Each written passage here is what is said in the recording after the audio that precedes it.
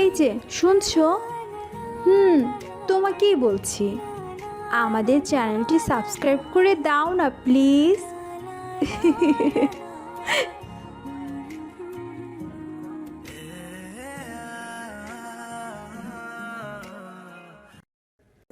আচ্ছা মামুনি, তুমি সত্যি করে বলো তো, আমি কি তোমার নিজের সন্তান নাকি আমাকে পেয়ে এনেছো?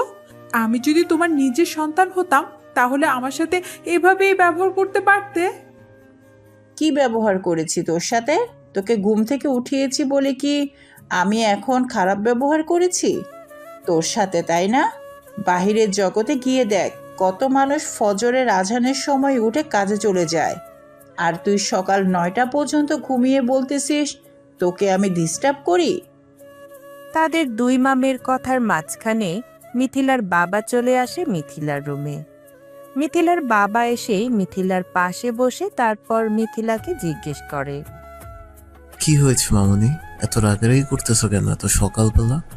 তুমি তো সকালবেলা এত রাগারাগি করো না, তাহলে আজকে কি হয়েছে শুনি? আর বলো না বাবা, সকালবেলা মা এসে আমার কাঁচা ঘুমটা নষ্ট করে দিয়েছে। এত ভালো ঘুমটা, তারপর মা আবার আমাকে বিভিন্ন কথা শোনাচ্ছে। এই, তুমি আমার মেয়েকে কি কথা শোনাচ্ছ? আর আমার মেয়েকে ডিস্টার্ব করছে কেন ঘুমের মধ্যে? তোমাকে না বলেছি আমার মামুনি যখন ঘুম থেকে উঠেছে তখনই খাবার দিবে, তার আগে ওকে ডিস্টার্ব করবে না। তোমার আশকারা পেয়ে আজকে মেয়েটার এত অধঃপতন হয়েছে। মেয়েটা যে কতটা অহংকারী হচ্ছে সেটা কি তুমি বুঝতে পারতেছো না? এটাকে নিয়ে তারপর কি করবে? আজকে যে ভার্সিটির প্রথম দিন, সে খেয়াল আছে তোমার মেয়ের? না তোমার আছে? 9টা 32, এখনো পড়ে পড়ে ঘুমাচ্ছে। আর তার নাকি ঘুম হয়নি। রাত 2টা 3টা পর্যন্ত ফোন টিপলে ঘুম হবে কি করে?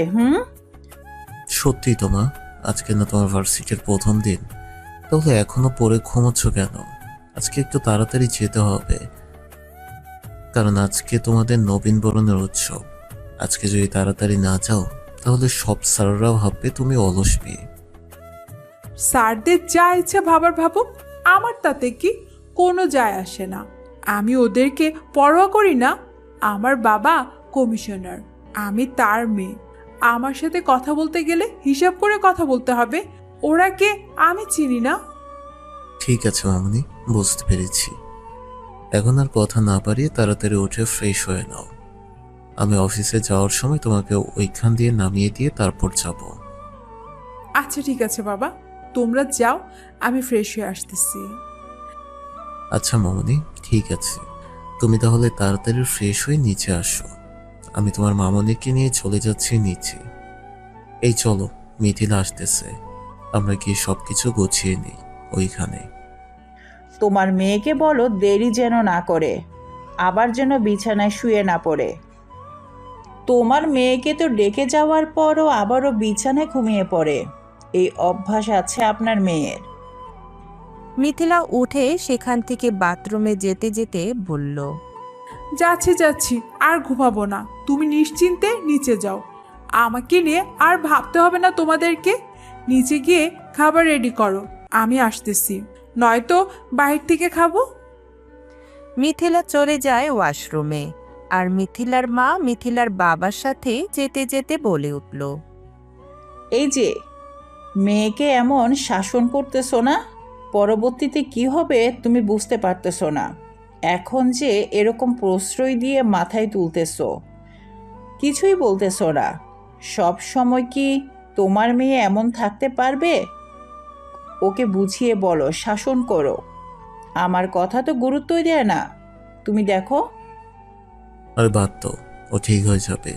এখন তো ছেলে মানুষ, বড় হয়ে আস্তে আস্তে ঠিক হয়ে যাবে সব কিছুই। এখন তো ছোট, কিছু বোঝে না। এখন সব কিছু রেডি করে ফেলো, আবার নিচে এসে চেঁচামেচি করার আগে। তারপর মিথিলার মা বাবা সব কিছু রেডি করার পর মিথিলা ফ্রেশ হয়ে রেডি হয়ে একেবারে নিচে এসে খাবার খেয়ে তার বাবার সাথে বেরিয়ে চলে যায় ভার্সিটির উদ্দেশ্যে। বাংলাদেশের রাজধানী ঢাকা। সেই ঢাকা বিশ্ববিদ্যালয় বাংলাদেশের হাজার হাজার লক্ষ লক্ষ শিক্ষার্থীদের পড়ার স্বপ্ন। সেই জাতীয় বিশ্ববিদ্যালয়ে মিথিলার মতো স্টুডেন্ট টিকে যায়। এটা শুধু তার বাবার পাওয়ারে নয়, তার মাথার ব্রেন ভালো। প্রত্যেকটা বোর্ড এক্সামে তার খুব ভালো ফলাফল এসেছে। সেই জন্য নিজের যোগ্যতায় ঢাকা বিশ্ববিদ্যালয়ে চান্স পেয়েছে। মিথিলার বাবা ভার্সিটির সামনে গাড়ি দাঁড় করে মিথিলাকে বলল, মামনি, ভার্সিটি যদি কোনো প্রবলেম হয় তাহলে সাথে সাথে আমাকে ফোন করবে। তুমি কিন্তু কোনো প্রবলেমে জড়াবে না। আমাকে কথা দাও, যে চাই কিছু বলুক না কেন, তুমি কোনো প্রতিবাদ করবে না। আচ্ছা ঠিক আছে বাবা, কোনো কিছু বলবো না। তুমি এখন যাও আর সাবধানে যেও। আমিও চলে যাচ্ছি ভার্সিটিতে। আচ্ছা ঠিক আছে, সাবধানে যেও তুমি, আর আমিও সাবধানে যাব। যা বললাম সবগুলো কথা যেন মাথায় থাকে, মনে থাকে। এটা বলে মিথিলার বাবা সেখান থেকে চলে যায় তার অফিসের উদ্দেশ্যে। মিথিলা সেখানে আর না দাঁড়িয়ে এসে নিজেও চলে যায় ভার্সিটির ভিতরে। ভার্সিটির ভিতরে ঢোকার সাথে সাথে ডান পাশে একটা গাছের নিচে দেখতে পায় কয়েকটা ছেলে মেয়েকে কান ধরে দাঁড়িয়ে থাকতে। ওদেরকে দেখে মিথিলা চলে যাচ্ছিল, কিন্তু তখনই একটা মেয়ে ওকে ডাক দেয়। এই মেয়ে, এদিকে আয়। মিথিলা শোনেও না শোনার ভান করে চলে যাচ্ছিল সেখান থেকে। তারপর যে সিনিয়র মেয়েটা মিথিলাকে ডাক দিয়েছিল সে তাড়াতাড়ি করে মিথিলার সামনে এসে দাঁড়ায়। তারপর মিথিলাকে বলতে থাকে, তোকে ডাকছিলাম না দাঁড়াতে, তুই দাঁড়াসনি কেন? প্রয়োজন মনে করিনি, সেজন্য দাঁড়াইনি। সমস্যা কি? পথ ছাড়ো, আমি যাচ্ছি। কোন ইয়ারে ভর্তি হয়েছিস মেয়ে? তোর তো হেব্বি অহংকার। এত অহংকার কোথায় রাখিস তুই? আয় তো একটু দেখে নেই। তোকে দেখানোর প্রয়োজন মনে করি না। পথ ছাড়, নয়তো ভালো হবে না কিন্তু। মিথিলার কথা শুনে সিনিয়র আপু অনেকটা রেগে যায়। তারপর বলে, প্রথমত তুই আমাদেরকে সালাম না দিয়ে এদিক দিয়ে চলে যাচ্ছিলি, আবার এখন আমাকে সোজা তুই করে বলতেছিস। তোর তো কঠিন সাহস। আমি দেখতে চাই তোর কলিজাটা কত বড়। আয় এদিকে আয়। ততক্ষণে কলেজের ভেতরে চলে আসে মিথিলার কলেজের ফ্রেন্ড তমা। সে মিথিলাকে জিজ্ঞেস করলো, কি হয়েছে রে মিথিলা, এখানে কি হয়েছে? আর তুই আমাকে না বলে একা একা চলে আসলি ভার্সিটিতে, আমাকে একবার ফোন করিসনি পর্যন্ত। এই মেয়ে, তুই আবার কে? তোর বান্ধবী আমাদের সাথে বেয়াদপি করেছে, সেই বেয়াদপির শাস্তি দিচ্ছি তোর বান্ধবীকে। আর তুই যখন চলে এসেছিস তাহলে সেই সাথে তার শাস্তিটা অর্ধেক অর্ধেক ভাগ করে নে। আপু, তুমি মিথিলাকে চিনো? ও কার মেয়ে? ওর সাথে যে এমন বাজে ব্যবহার করতেছো, এর পরিণাম কি হতে পারে জানো তুমি? তমার কথা শুনে মেয়েটা এবার অনেকটা ভয় পায়। তারপর তমার দিকে তাকিয়ে থেকে জিজ্ঞেস করে, ও কোনো প্রধানমন্ত্রীর মেয়ে নাকি এমনভাবে কথা বলতেছিস? আর হোক সে কোনো প্রধানমন্ত্রীর মেয়ে, তাতে আমাদের কোনো যায় আসে না। ভার্সিটিতে এসেছিস, সিনিয়রদের সম্মান না করে সালাম না দিয়ে কেন চলে যাবে? মিথিলা এতক্ষণে মুখ খুলে তারপরে বলতে থাকে, রাস্তা ছেড়ে দাঁড়া। তোর সাথে আমার কথা বলতে গা ঝিমঝিম করছে। সামনে থেকে সরে দাঁড়া, নয়তো আমার ধৈর্যের পরীক্ষা নিস না বলে দিলাম। এটা বলে মিথিলা আর সেখানে না দাঁড়িয়ে সোজা চলে যায় সেখান থেকে। মিথিলার সাথে সাথে তমা নিজেও সেখান থেকে চলে যায়। তারপর তাদের ক্লাসের ভিতর ঢুকে তমা মিথিলাকে জিজ্ঞেস করলো, কিরে, ওই সিনিয়র আপু তোকে কি জিজ্ঞেস করেছিল আর তুই উত্তর দিসনি কেন? বোন, এটা স্কুল আর কলেজ না, এটা ভার্সিটি। এখানে আপাতত সিনিয়রদেরকে সম্মান করতে হবে, মেনে চলতে হবে। আমি করব না ওদেরকে সম্মান। ওরা কি আমার কাছ থেকে জোর করে সম্মান নেবে? আর এদের সাথে কথা বলতেও আমার গা ঘিন ঘিন করে। যত সব ছোট লোকের বাচ্চারা এখানে এসেছে, আবার এখানে এসে নাকি রাজনীতি করে। গরিবের দল। দোস্ত, এইভাবে বলিস না। ওরা যদি শুনতে পারে তাহলে কোনো না কোনো ক্ষতি করবে, আবার আমাদের পিছনে লাগতেও পারে। এখানেও অনেক স্টুডেন্ট আছে যারা ওদেরকে জমের মতো ভয় পায়। ওদের সাথে একটু সম্পর্ক ঠিক করার জন্য তারা আমার সব কথা দিয়ে লাগিয়ে দিতে পারে, আমাদের সব কথা। তুই কি আমাকে চিনিস না? এমন করে কথা বলতেছিস কেন আজকে? তুই নিজে জানিস আমি পরোয়া করি না, কাউকে ভয় পাই না একদম। একমাত্র আমার ফ্যামিলিকে ছাড়া ওদেরকে গণার মতো হিসেব নেই আমার কাছে, বুঝতে পেরেছিস? এসব ময়লা আবর্জনা আমার চোখের সামনে ভালো লাগে না। তমা কিছু বলতে যাবে তখন স্যার আসে ক্লাসে। স্যার সকলের সাথে কুশল বিনিময় করে আজকে যেহেতু ফার্স্ট ইয়ারের প্রথম ক্লাস, সেই জন্য পড়াশোনার দিকে না গিয়ে সবার সাথে গল্প আড্ডা, সবার সাথে পরিচিত হয়। তারপর একে একে সকলের সাথে পরিচিত হওয়ার পর মিথিলার পালা আসে। তোমার নাম ঠিকানাটা? স্যার, আমার নাম মিথিলা, আর আমার বাবা এখানকার রানিং কমিশনার, আর আমি ছোটবেলা থেকে এখানে বড় হয়েছি। মিথিলার বাবা কমিশনার এই কথা শুনে অনেকেই ওর দিক থেকে চোখ নামিয়ে নেয়। এতক্ষণ যারা ওর দিকে ট্যাপ ট্যাপ করে তাকিয়েছিল। আচ্ছা ঠিক আছে মিথিলা, তুমি বসে পড়ো। একে একে তো এখানে সকলের পরিচয় নেওয়া হলো, এখন আমি তোমাদেরকে আমার পরিচয় দিচ্ছি। আমি তোমাদের বাংলা টিচার বজরুল রহমান। আমি এখন থেকে তোমাদের বাংলা ক্লাস নিব, সপ্তাহে 3 দিন। তোমাদের প্রথম ক্লাস আমিই নেব। আমার পড়াশোনার রেগুলার কমপ্লিট করে আসতে হবে, নয়তো আমি যেমন মজার মানুষ তেমনই শাসনও করতে পারি। সো বি কেয়ারফুল, যা করবে ভেবেচিন্তে সাবধানে করবে কিন্তু। তারপর সকল স্টুডেন্ট একত্রে ঠিক আছে স্যার বলে। ওই দিনের মতো ফার্স্ট ক্লাস করে স্যার চলে যায়। প্রথম দিন হওয়াতে বই নিয়ে কোনো পড়াশোনা হয়নি, সবার সাথে পরিচয় মেলামেশা হয়েছে। অনেকে অনেকের নতুন ফ্রেন্ড বানিয়েছে, কিন্তু মিথিলা কারোর সাথে কথা বলেনি। তমা অনেকের সাথে কথা বলেছে, কিন্তু মিথিলা কারোর সাথে কথা বলেনি। মিথিলা, তুই ওদের সাথে কথা বলিসনি কেন? নতুন ভার্সিটিতে এসেছিস, আমরা কত কত স্টুডেন্ট, ওদের সাথে ফ্রেন্ডশিপ করতে পারতি। বাংলাদেশের 64 জেলা থেকে এখানে পড়াশোনা করতে এসেছে, তাদের সাথে মেলামেশা করে দেখ, ভালো লাগবে। তোর যা ইচ্ছে তুই কর, বাট আমাকে এসব বলবি না। তুই জানিস আমি এসব ছোট রেখে আমি নিতে পারি না, এসব কিছু আমার ক্ষেত্রে পোষায় না। তুই খুব ভালো করেই জানিস এটা। কারোর সাথে ফ্রেন্ডশিপ করাটা এটা কি তোর কাছে ছোট লোকই মনে হয়? শোন, এখানে সবাই সবার যোগ্যতা দিয়েই এসেছে, কেউ কোনো কিছু দিয়ে আসেনি।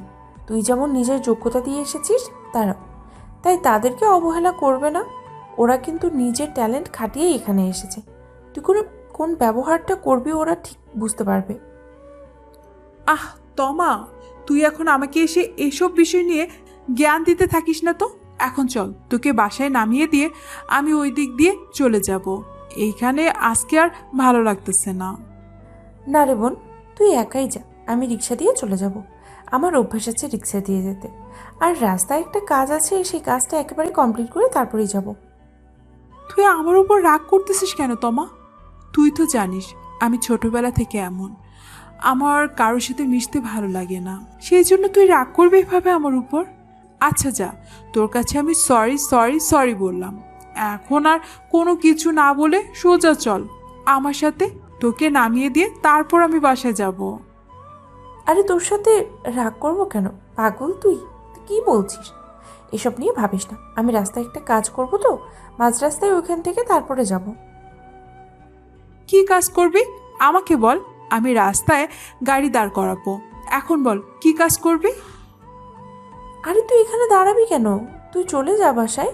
তুই তো বাইরে বেশি থাকতে পারিস না, তোর অসুস্থ লাগবে। আমার ফুফাতো ভাই আসবে, তার জন্য 2টা শার্ট নিব, যাওয়ার সময় নিয়ে নিব। ও আচ্ছা, তাহলে এই ব্যাপার, সমস্যা নেই। আমি রাস্তায় গাড়ি দাঁড় করিয়ে তারপর তোর সাথে শপিংয়ে যাব। একমাত্র তোকে ছাড়া আমার আর কাউকে ভালো লাগে না, আর কোনো ফ্রেন্ড আমার দরকার নেই, বুঝেছিস? তুই থাকলে আমার জন্য যথেষ্ট, আর কোনো ফ্রেন্ড দরকার নেই আমার। আচ্ছা ঠিক আছে, হয়েছে, এখন এসব বাদ দে, তাহলে চল তাড়াতাড়ি বেরিয়ে পড়ি। তারপর তারা দুই বান্ধবী মিলে কলেজের ক্যাম্পাস থেকে গাড়িতে উঠে সোজা চলে যায় একটা শপিং মলের সামনে। ওইখানে যাওয়ার পর একটা দোকানে গিয়ে দেখে কিছু টি শার্ট ঝুলানো। মিথিলা, দোস্ত, আমি তো আগে কখনো ছেলেদের জামা কাপড় কিনিনি, এখন কিভাবে কিনবো? আমি তো কিছুই বুঝতে পারছি না রে। তুই আমাকে একটু বুদ্ধি দে না, যেন কোনো কিছু ভুল না হয়। তুই কখনো ছেলেদের জামা কাপড় কিনিসনি? আমাকে এভাবে বলছিস যেন আমি আগে সবার কত ছেলেদের জন্য জামা কাপড় কিনে দিয়েছি। তুই যেমন আমিও তো তেমনি। আমিও তো আগে কখনো কোনো ছেলেদের জামা কাপড় কিনিনি। তাহলে এখন কি করবো বান্ধবী? ভাই তো চলে আসবে। আচ্ছা, তোর ভাইয়ার বাসা কোথায়? আর বয়সটা কেমন হবে? কি কালার পছন্দ করে? এসব দোকানদারকে বল, তাহলেই তো হবে। দোকানদাররা নিজের মতো করে দিয়ে দিবে। ভাইয়া তো চট্টগ্রামে থাকে, আমার ফুপির বাড়ি চট্টগ্রামে। আর ভাইয়ার বয়স হবে তোর 25 বছর হবে হয়তো। আর ভাইয়া কোন কালারের জামা কাপড় পরে সেগুলো তো আমি জানি না, জানলে তো আর সমস্যাই ছিল না, কিনেই তো যেতাম। কেমন স্টাইলিশ নাকি খ্যাত? দেখতে কেমন দেখা যায়? 7 বছরের ভিতরেই আমি তাকে দেখিনি, তাহলে কি করে বলবো এখন সে স্মার্ট নাকি খ্যাত টাইপের? বোন, তুই কার জন্য জামা নিতে এসেছিস? একটু খুলে বলবি তুই আমাকে? এমন কারোর জন্য জামা নিতে এসেছিস যার কোনো কিছুই তুই নিজেই জানিস না। তোর আগে সব কিছু ওর সম্পর্কে জানা উচিত ছিল, তারপর এখানে এসে জামা কাপড় নেওয়া দরকার ছিল। তারপর ওরা দুই বান্ধবী ডিসাইড করতে করতে একটা হোয়াইট এবং একটা ব্ল্যাক কালার দুইটা টি শার্ট নিয়ে নেয়। ব্ল্যাকটা মিথিলা পছন্দ করে দেয় আর হোয়াইটটা তমা পছন্দ করে নেয় নিজের মতো করে। তারপর তারা দুই বান্ধবী শপিং শেষ করার পর সেখান থেকে তারা তাদের বাসায় চলে যায় ফুচকা খেয়ে। আজকে তো তাড়াতাড়ি চলে আসলি যে? আজকে না তোদের প্রথম দিন ভার্সিটিতে, তাহলে এত তাড়াতাড়ি চলে আসলি কেন? সব স্টুডেন্টরা মজা করবে, আনন্দ করবে, তোরা চলে আসলি? বারবার শুধু মা এক কথা বলো না তো। আমার এইসব পছন্দ না, সেটা তুমি খুব ভালো করেই জানো। তাহলে আবার বলছো কেন এখন আমাকে? এখন দেখি সামনে থেকে সরো, রুমে গিয়ে রেস্ট করব, অনেক টায়ার্ড লাগছে। তারপর মিথিলার মাকে বলে সোজা তার রুমে চলে যায়। রুমে গিয়ে ফ্রেশ হয়ে একটু রেস্ট নেওয়ার জন্য শুয়ে পড়ে বিছানায়। আর ওইদিকে তমা বাড়িতে যাওয়ার পর তমার মা বলে উঠল, তোর ভাই তো এখনো আসলো না, কোথায় আছে একটা ফোন করে জেনে নে। তমার মার কথা বলার সাথে সাথে দরজার মধ্যে কলিং বেল বেজে ওঠে। তারপর তমা দৌড়ে যায় দরজার কাছে দরজা খোলার জন্য। আসতে আসতে এত দৌড়াদৌড়ি করতেছিস কেন? পরে তো হাত পায়ে ব্যথা পাবি, তখন কি হবে? এই মেয়েটা লাফালাফি ছাড়া আর কিছুই বোঝে না, শুধু বয়সে বড় হয়েছে, বুদ্ধিতে বড় হয়নি মেয়েটা। তমা দরজা খোলার সাথে সাথে দেখতে পায় দরজার ওই পাশে আসিফ দাঁড়িয়ে আছে। আসিফকে দাঁড়িয়ে থাকতে দেখে তমা জিজ্ঞেস করলো, কেমন আছো আসিফ ভাইয়া? এতদিন পর তাহলে আমাদের বাড়িতে শেষমেশ চলেই আসলে। এতদিন তো বাবা কত করে বললো, তারপরেও আসলে না আমাদের বাড়িতে। আলহামদুলিল্লাহ ভালো আছি, তুই কেমন আছিস? আর মামি, তুমি কেমন আছো? আলহামদুলিল্লাহ ভালো আছি বাবা, তুই কেমন আছিস? যাক, অবশেষে তুই আমাদের বাসায় আসলি এত বছর পর। প্রায় 7 বছরের উপরে হতে চললো তুই আমাদের বাসায় আসিস না।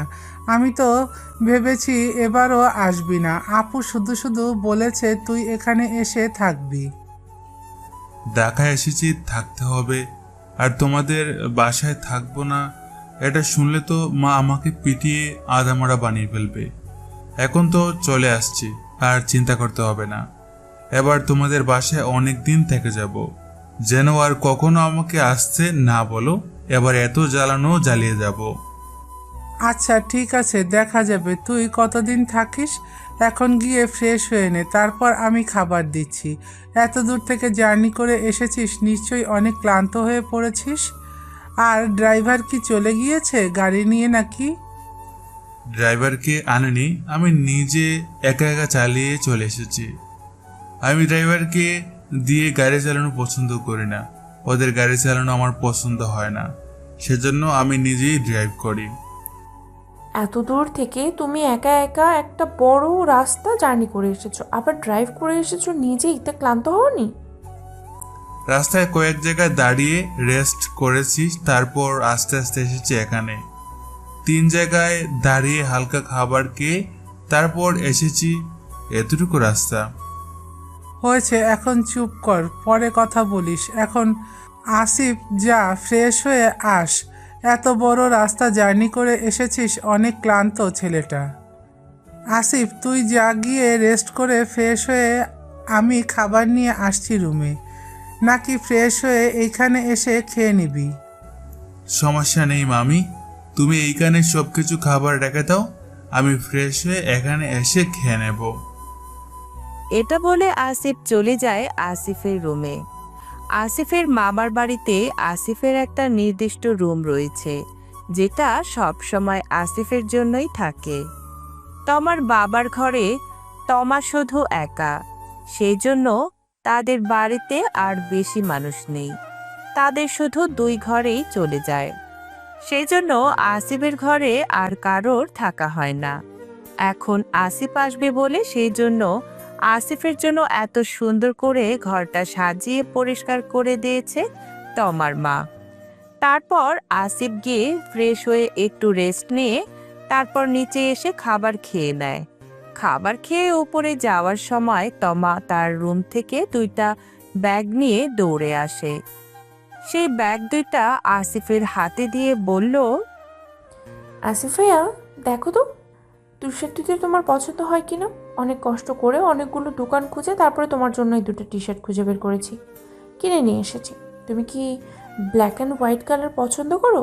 এই 2টা কিন্তু খুব, মানে শুধু এই 2টা কালারই ছিল আসলে। বড় হয়ে গিয়েছিস অনেক, তাই না? বড়দেরকে গিফট করতে শিখে গিয়েছিস। আমার ব্ল্যাক আর হোয়াইট কালার সবচেয়ে বেশি ফেভারিট। আল্লাহ বাঁচাইছে, এটা কিনতে কিনতে কতবার যে আল্লাহকে স্মরণ করেছি যেন তোমার পছন্দ হয়, তোমার পছন্দ হয়। তোমার জন্য কিন্তু এখন তোমার যদি পছন্দ না হয় তাহলে কি করে হবে, তাই না? শেষমেশ সাহস করে তোমার জন্য এই টি-শার্টগুলো নিয়ে আসলাম।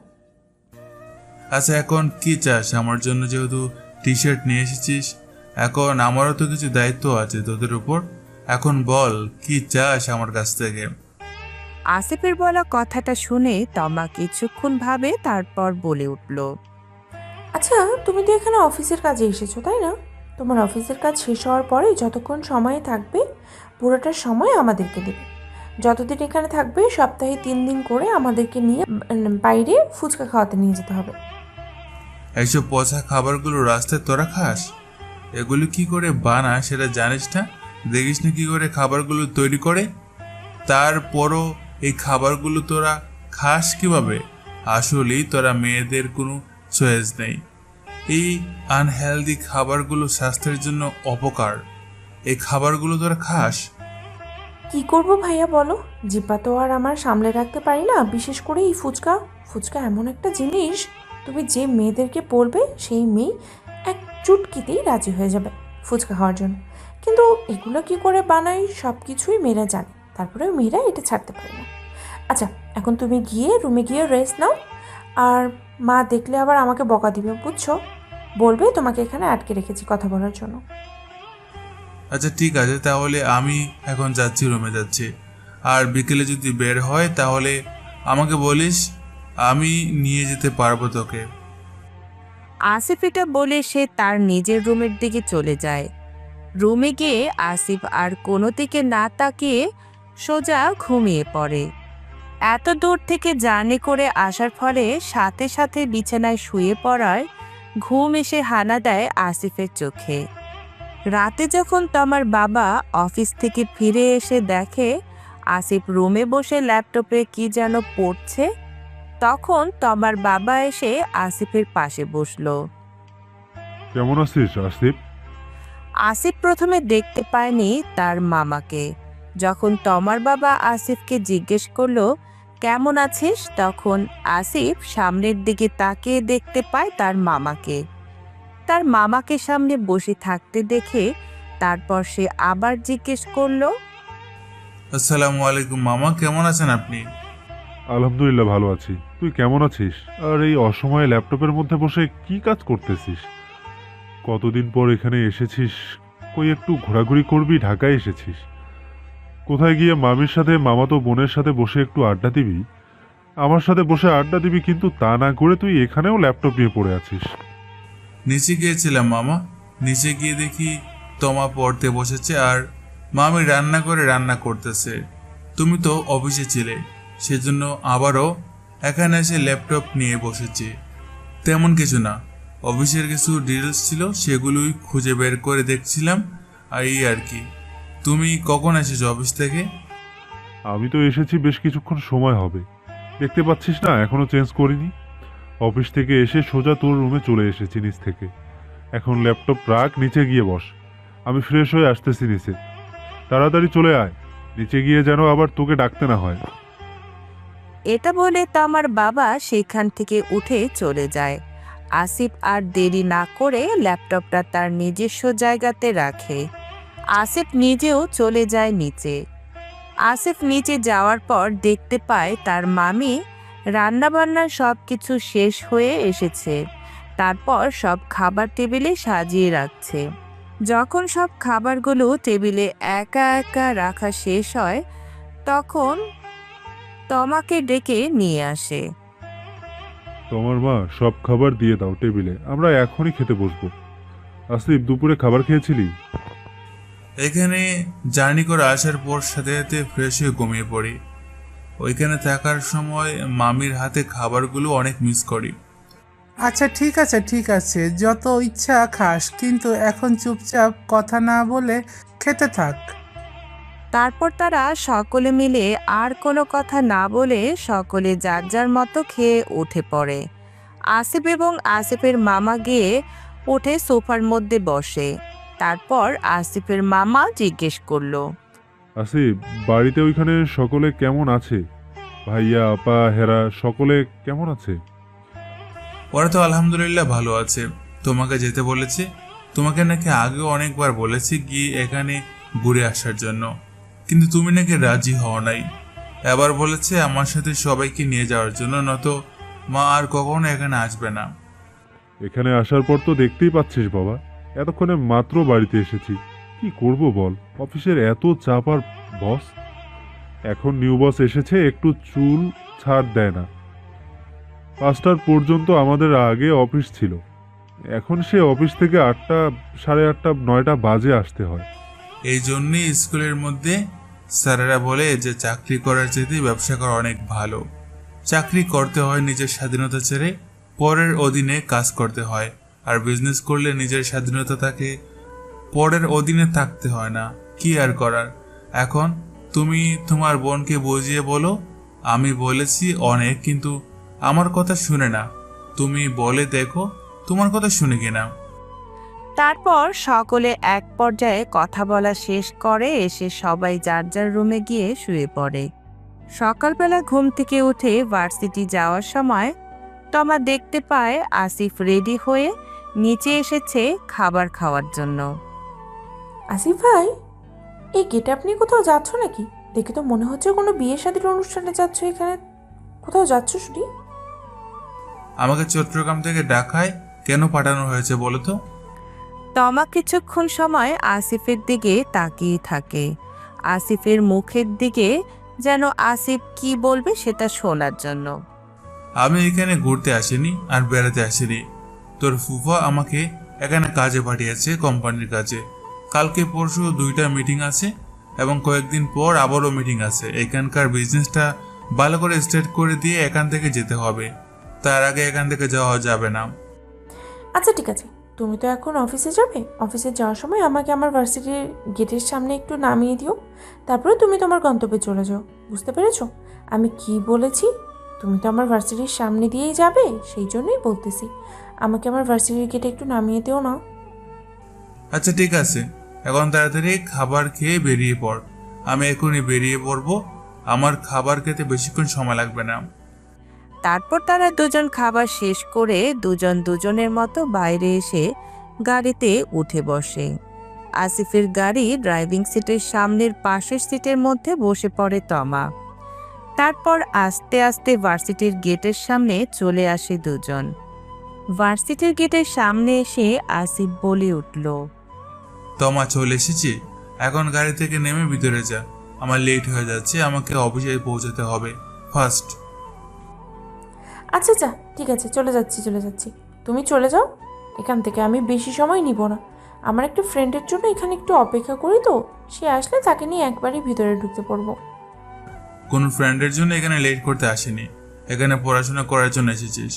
নিজের মতো পড়াশোনা করবি, চলে যাবি আবার ভার্সিটি থেকে বাড়িতে।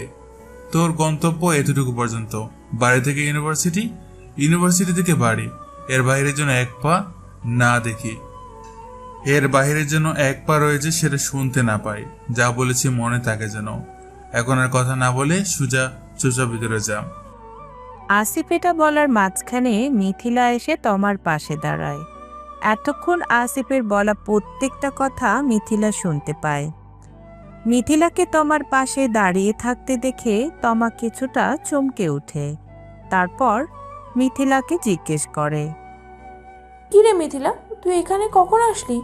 এখানে তো তোর জন্য দাঁড়িয়েই ছিলাম, আর তুই একবারও বলিসনি।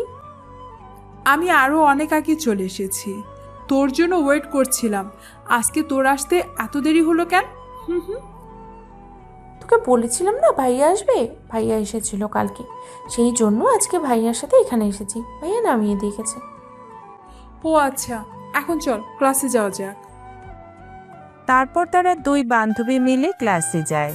ক্লাসে আসার পর বৃষ্টি নামের একটা মেয়ে মিথিলার দিকে হাত বাড়িয়ে দিয়ে বলল, হাই, কেমন আছো মিথিলা? আমি বৃষ্টি। কালকে আমার আর তোমার ফ্রেন্ডশিপ হয়েছে, আমি কি তোমার ফ্রেন্ড হতে পারি? বৃষ্টির কথা শোনার পর তমা মিথিলার দিকে তাকায়, কি করে সেটা দেখার জন্য। সরি বৃষ্টি, আমি আসলে যাকে তাকে আমার ফ্রেন্ড বানাতে পারি না। এখন পর্যন্ত আমার অ্যাক্টিভ ফ্রেন্ড, সেটা হচ্ছে গিয়ে তমা। এর বেশি আমার আর কোনো ফ্রেন্ডের দরকার নেই। মিথিলার এই কথাটায় অনেক অপমানিত বোধ করে বৃষ্টি। সেই জন্য মিথিলাকে বলে, আচ্ছা ঠিক আছে, সমস্যা নেই, তুমি তোমার মতো থাকো তোমার ফ্রেন্ডস নিয়ে, আমি তোমাকে আর কিচ্ছু বলবো না। তুই কেমন আছিস তমা? আলহামদুলিল্লাহ ভালো আছি, তুই কেমন আছিস? আজকে এত তাড়াতাড়ি চলে আসলি যে? কালকে না বলেছিলি আজকে আসবি না, তার উপরে আবার এত তাড়াতাড়ি চলে আসলি? হ্যাঁ, প্রথম ইচ্ছে ছিল আসবো না, কিন্তু কি আর করার, সব ইচ্ছে তো পূর্ণতা পায় না। আমার ফ্যামিলি আমাকে জোর করে পাঠিয়েছে এখানে। তারপর তমার বৃষ্টির কথার মাঝখানে ক্লাসের স্যার ঢুকে।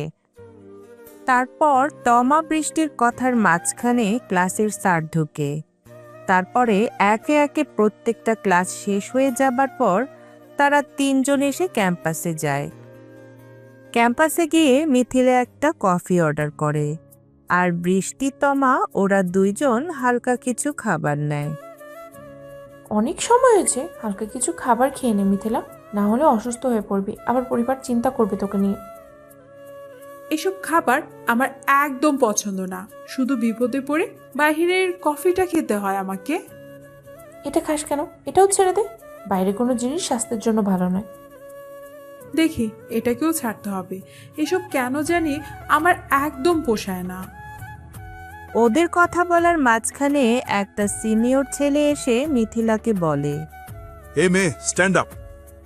ছেলেটার কথায় মিথিলা পাত্তা দেয় না, সে তার মতো করে বসে আছে।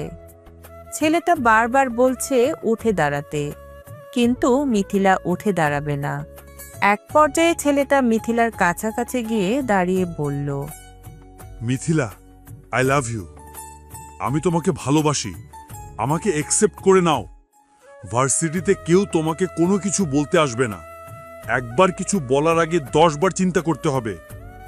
আমাকে বয়ফ্রেন্ড হিসেবে মেনে নিলে তোমার কোনো ক্ষতি হবে না, কেউ কিছু বলতে পারবে না, তোমাকে নিয়ে মজা করতে পারবে না, কেউ না। তুমি যেভাবে ইচ্ছা সেভাবেই চলতে পারবে আমার গার্লফ্রেন্ড হলে। রাজি হয়ে যাও। মিথিলা এই সিনিয়র ছেলেটার কথা শুনে এবার চেয়ার থেকে উঠে দাঁড়িয়ে ছেলেটার সামনাসামনি দাঁড়ায়।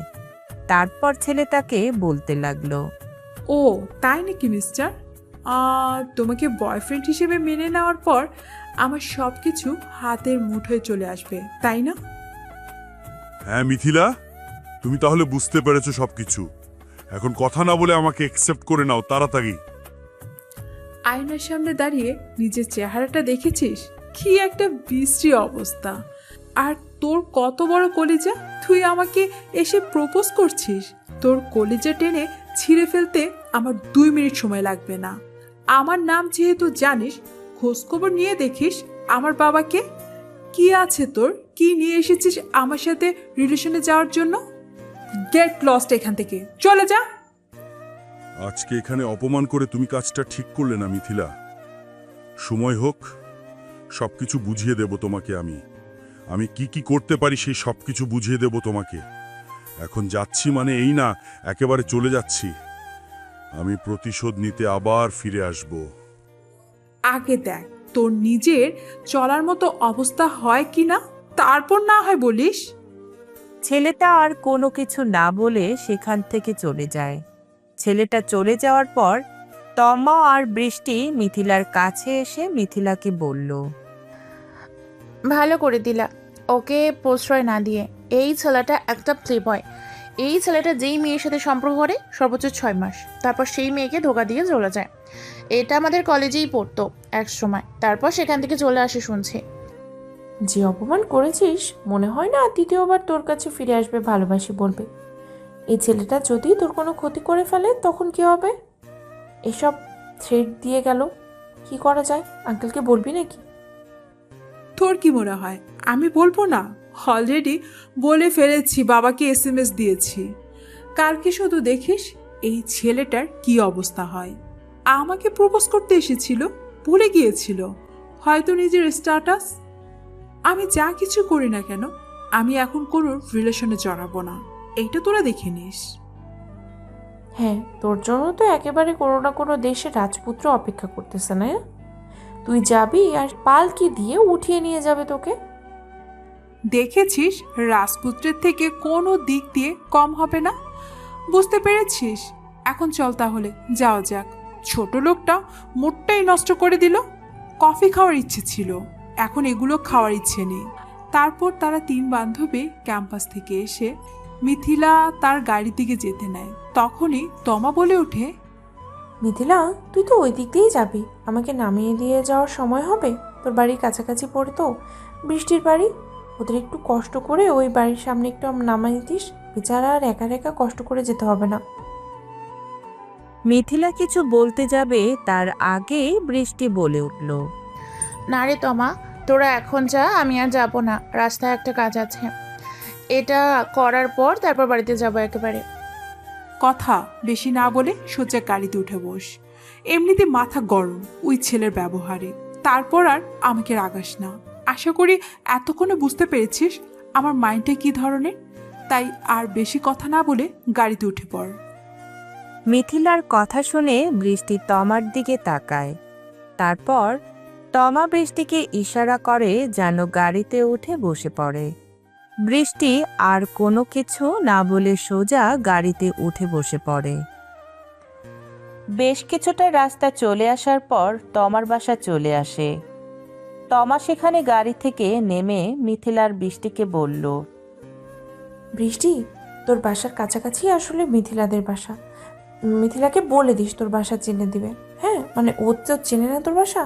আর মিথিলা, ওকে ওর বাসার সামনে নামিয়ে দিয়ে সাবধানে বাড়িতে যাস। হ্যাঁ, আর আঙ্কেলকে বলিস মাথা ঠান্ডা রেখে কাজ করতে। আর তুই মাথাটা ঠান্ডা রাখিস। কথা না বলে তুই বাড়িতে যা সাবধানে। কালকে এখানে থাকিস, যাওয়ার সময় আমি নিয়ে যাব।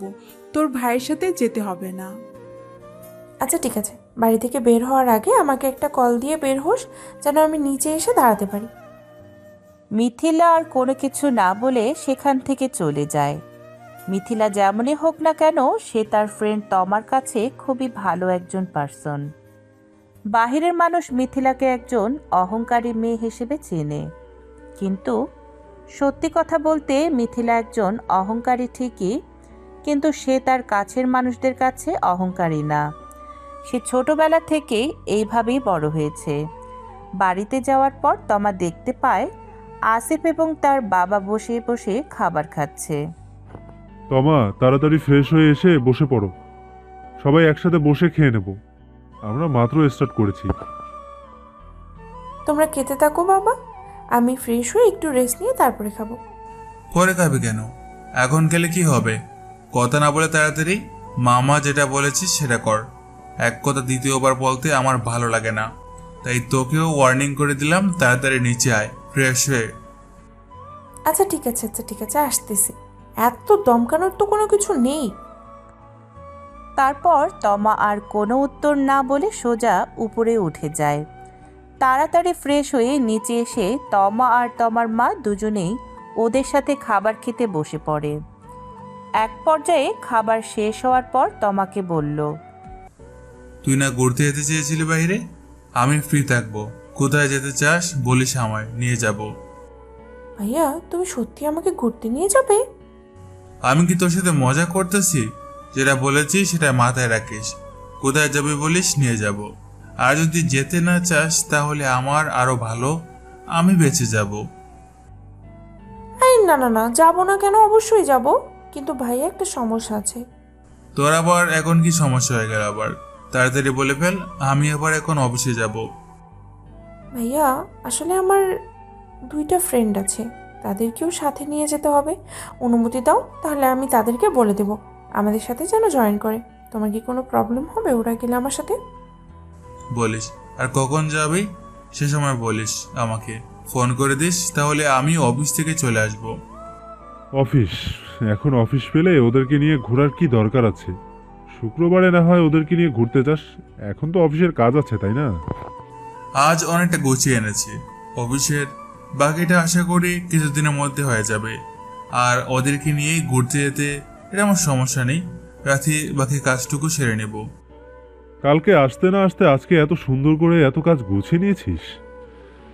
এজন্যই তো দুলাভাই বলে তোকে ছাড়া দুলাভাই অচল। মাশাআল্লাহ, তুই তো দুলাভাইয়ের চেয়ে আরো অনেক এগিয়ে গিয়েছিস এই সময়ে। দোয়া করি সামনে সামনে আরো এগিয়ে যা, অনেক বড় হ। আচ্ছা ঠিক আছে মামা, এখন আমি তাহলে অফিসে যাচ্ছি, কেমন? আর তুই আমাকে ফোন করে দিস, তাহলে আমি চলে আসব। তমা মাথা নাড়ায়, তার মানে সে খাবার খেয়ে রেডি হয়ে বিকেলে তার ভাইয়াকে ফোন করবে। তমা তার খাবার খেয়ে গিয়ে গ্রুপের মধ্যে কল করে। কালকে রাত্রে একটা গ্রুপ করেছে ওদের 3 জনের, মিথিলা, বৃষ্টি আর তমার। সেই গ্রুপের মধ্যে কিছুক্ষণ রিং হওয়ার পর তারা দুজনেই এসে জয়েন করে। কি রে তোরা দুইটা কি করতেছিস এখন? তেমন কিছুই না রে, মাত্র খেয়ে এসে কিছু গান ডাউনলোড করলাম, সেগুলো শুনতেছিলাম, তখনই তুই কল দিলি। খাবার খেয়েছিস নাকি তোরা? আর এই অসময়ে কল দিয়েছিস কেন? এই অসময় তো কল দিস না কখনো। তখন তোদেরকে একটা কথা বলবো, আমি কিন্তু না শুনতে চাই না। যেটা বলবো সেটা সুন্দর করে মেনে নিবি, দ্বিতীয় কোনো কথা বলবি না। কি বলবি আগে সেটা বল, তারপর দেখা যাবে ওই কথার পরিবর্তে কোন কথা বলা যায় কিনা। তমা মিথিলার দিকে তাকায়। মিথিলা বলে উঠল, ঢং না করে তাড়াতাড়ি বলে ফেল, কি বলতে চাস? এখানে এত ঢং করার কিচ্ছু নেই। ঢং না করে তাড়াতাড়ি বল, কি বলতে চাস? আসলে ভাইয়াকে বলেছিলাম আজকে ঘুরতে যাব, সেই জন্য ভাইয়া বলেছে বিকেলে যেন ভাইয়াকে ফোন করে দিই, বিকেলে ঘুরতে নিয়ে যাবে। আমি তোদের কথা বলেছি, ভাইয়া বলেছে ঠিক আছে, ওদেরকেও নিয়ে যেতে হবে, নিবে।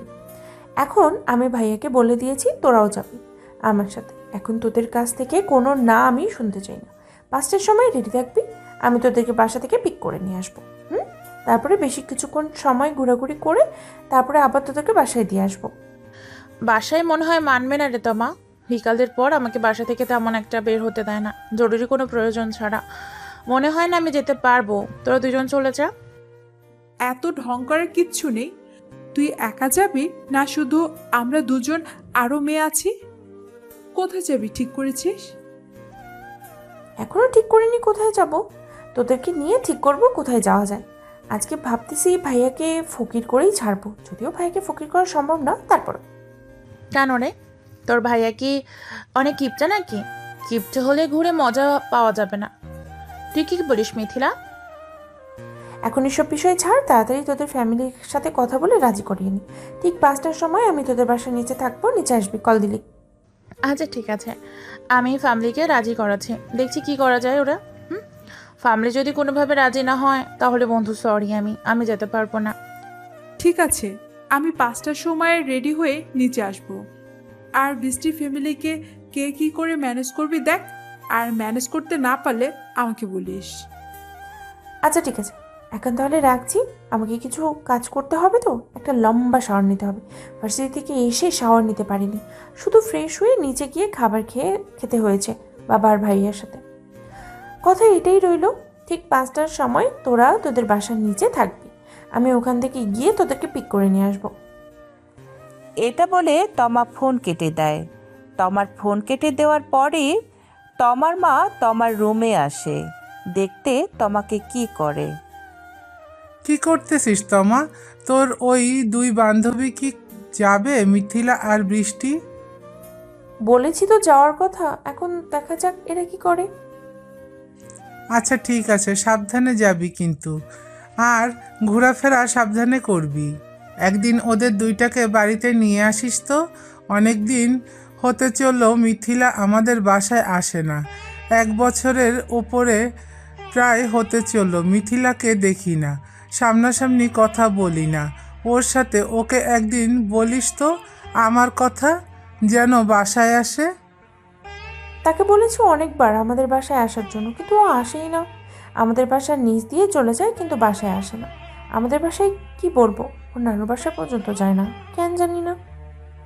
এটা আবার কেমন কথা? নিজের নানুর বাসায় যায় না? একটু রেস্ট নে, তারপর রেডি হয়ে আসিফকে কল দিস। আর ওকে কিন্তু বেশি জ্বালাস না, আসিফ কিন্তু অনেক রাগী। আচ্ছা ঠিক আছে, যাও, বেশি জ্বালাবো না। শুধু আমরা 3 বান্ধবী মিলে প্ল্যান করব ভাইয়াকে কি করে ফকির বানানো যায়। আজকে পকেটে যা নিয়ে যাবে সব একেবারে শেষ করে আসবো। আলহামদুলিল্লাহ, আসিফের বাবার যেই জায়গা সম্পত্তি আছে, তোদের মতো 3000 তমা, বৃষ্টি, মিথিলা এদেরকে অনায়াসে পালতে পারবে। আর তুই তাকে ফকির বানানোর চিন্তা করছিস? এটা কখনো সম্ভব না, বুঝেছিস? হ্যাঁ বুঝতে পেরেছি। আমি সেটা বলি, আমি বলেছি ভাইয়া পকেটে যা নিয়ে যাবে সব ভেঙে শেষ করে আসবো আজকেই। তমার মা আর কোনো কিছু সেখানে না বলে চলে যায় তমার রুম থেকে। তমার মা চলে যাওয়ার পর তমা চলে যায় ওয়াশরুমে গোসল করার জন্য। দীর্ঘ একটা শাওয়ার নিয়ে তমার রুমে এসে রেডি হয়ে তারপর আসিফকে কল করে ঠিক 4:30টায়। তমার ফোন দেখে আসিফ কল ধরে। ভাইয়া, আমি আমার ফ্রেন্ডদেরকে 5টার সময় ওদের বাসার নিচে থাকতে বলেছি। তুমি কি এখন ফ্রি আছো? এখন কি আসতে পারবে এখন এখানে? তুই রেডি হয়ে গিয়েছিস নাকি? হ্যাঁ ভাইয়া, একেবারে শাওয়ার নিয়ে রেডি হয়ে গিয়েছি। তুমি কি এখন আসতে পারবে, নাকি তোমার আসতে আরও লেট হবে? আমি বাসায় আসতেছি, আমি আর ঘরে ঢুকবো না, তুই নিচে এসে দাঁড়া, এখান থেকে শুধু চলে যাব। আচ্ছা ঠিক আছে, আসতেছি। তমার কথা শোনার পর আসিফ ফোন কেটে দেয়। ফোন কেটে আবার সে ড্রাইভিংয়ে মনোযোগ দেয়। তমা আর উপরে দেরি না করে সোজা তাড়াতাড়ি নিচে এসে পড়ে। নিচে এসে আবার সেই গ্রুপ কল দেয়। গ্রুপে কল দেওয়ার পর দেখতে পায় রেডি হয়ে বসে আছে ওরা দুজন। তারপর ওদেরকে উদ্দেশ্য করে তমা বলে উঠল, তোরা দুজন রেডি তো? আমরা কিছুক্ষণের মধ্যেই বেরিয়ে পড়বো, 10 মিনিটের ভিতরে আমরা বেরিয়ে পড়বো। কল দিলেই সোজা নিচে চলে আসবি, তোদের বাসায় যাব না কিন্তু আর। বাড়ির সামনে এসে ফোন করিস, তারপর নিচে নেমে আসবো। দেখছিস না কত সুন্দর করে রেডি হয়েছি, তারপর আবার তুই জিজ্ঞেস করছিস আমরা রেডি কিনা, তাই না? তুই কি কানা হয়ে গিয়েছিস নাকি বয়রা হয়ে গিয়েছিস কোনটা?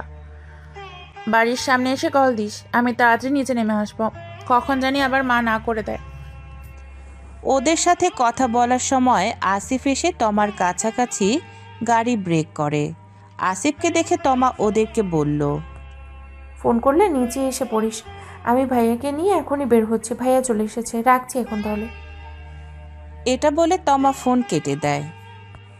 তারপরে গিয়ে সোজা ড্রাইভিং সিটের পাশের সিটে বসে পড়ে। সিট বেল্ট বেঁধে নে, এটা বাঁধার জন্য বলতে হবে কেন আমায়? বড় হচ্ছিস কিন্তু মাথায় কোনো বুদ্ধি নেই তোর। মাত্র তো উঠে বসেছি, মাত্র বেলটা বাঁধবো, তার আগেই তুমি বকাবকি শুরু করে দিলে। তারপর আসিফ আর কোনো কিছু না বলে গাড়ি ড্রাইভ করতে থাকে।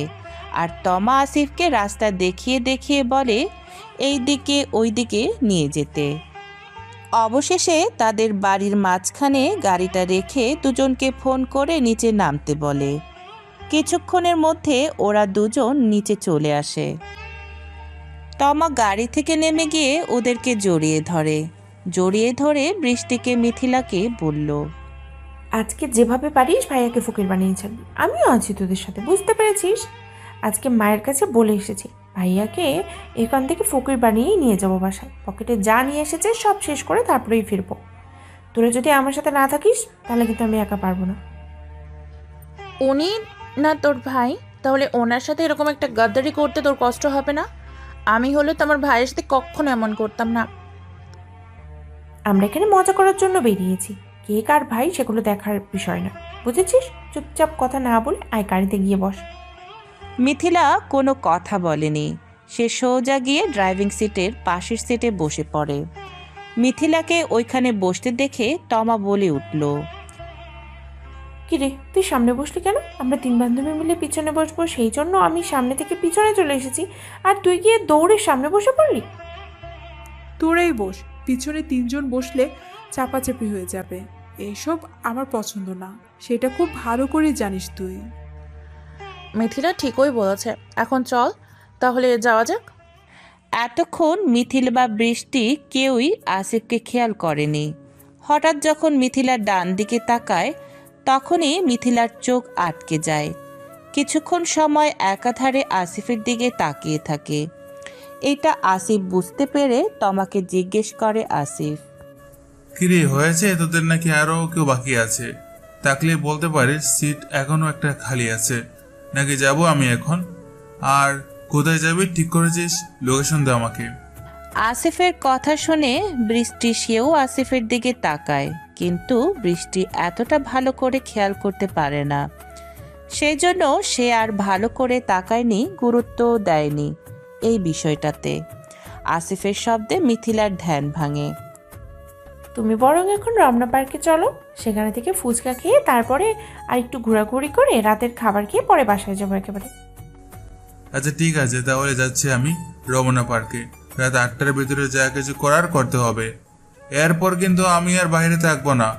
আমাকে মামা না করেছে বেশি রাত পর্যন্ত বাইরে না থাকতে। আচ্ছা ঠিক আছে 8টার বেশি বাজবে না, বেশি রাত হবে না। এখন তাহলে তুমি কোনো কথা না বলে যাও সেদিকে। আসিফ আর কোনো কিছু না বলে একাধারে ড্রাইভিং করতে থাকে। তার পিছনে বসে বৃষ্টিকে তমা বক বক করতে থাকে। আর এইদিকে মিথিলা বারবার শুধু আসিফকে দেখে যাচ্ছে। সে নিজেকে কন্ট্রোল করতে পারছে না কোনোভাবেই। বারবার শুধু তার চোখ দুটো আসিফের দিকে যাচ্ছে।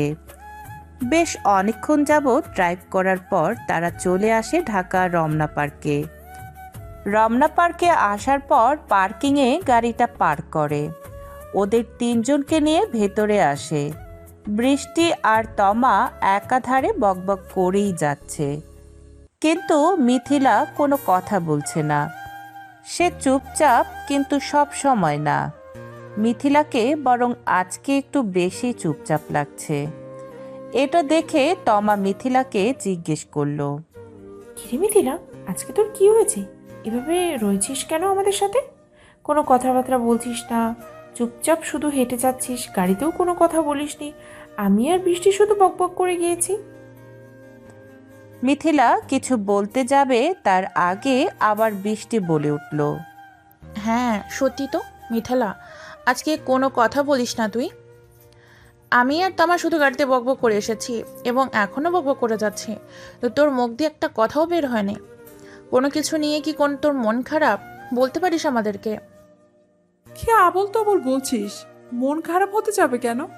আমি সবসময় চুপচাপ থাকি, এখনো চুপচাপ আছি। এতে এত ভাবার কিচ্ছু নেই। তোরা তোদের মতো এনজয় কর, আমাকে চুপচাপ থাকতে দে। আমি আমার নিজের মতো করে এনজয় করি। আচ্ছা ঠিক আছে, তাহলে তুই তোর নিজের মতো করে এনজয় কর, আমরা আছি তোর পাশে। আর কোনো কিচ্ছু লাগবে না, লাগলে বলিস। তমা কি বলছে সেটা শুনতে পায়নি। মিথিলা হয়তো বুঝতেও পারেনি। সে সামনের দিকে তাকিয়ে আছে আসিফের দিকে।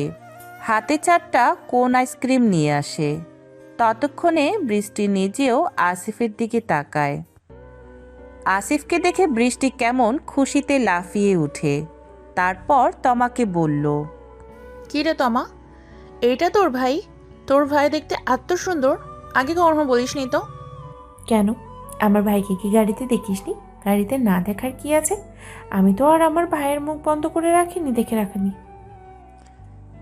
বৃষ্টির কথা বলাটা কেন জানি মিথিলার পছন্দ হয়নি। সেজন্য মিথিলা বৃষ্টিকে বলে উঠল, এসব আজেবাজে কথা বাদ দিয়ে এখানে যেটার জন্য এসেছিস সেটা কর।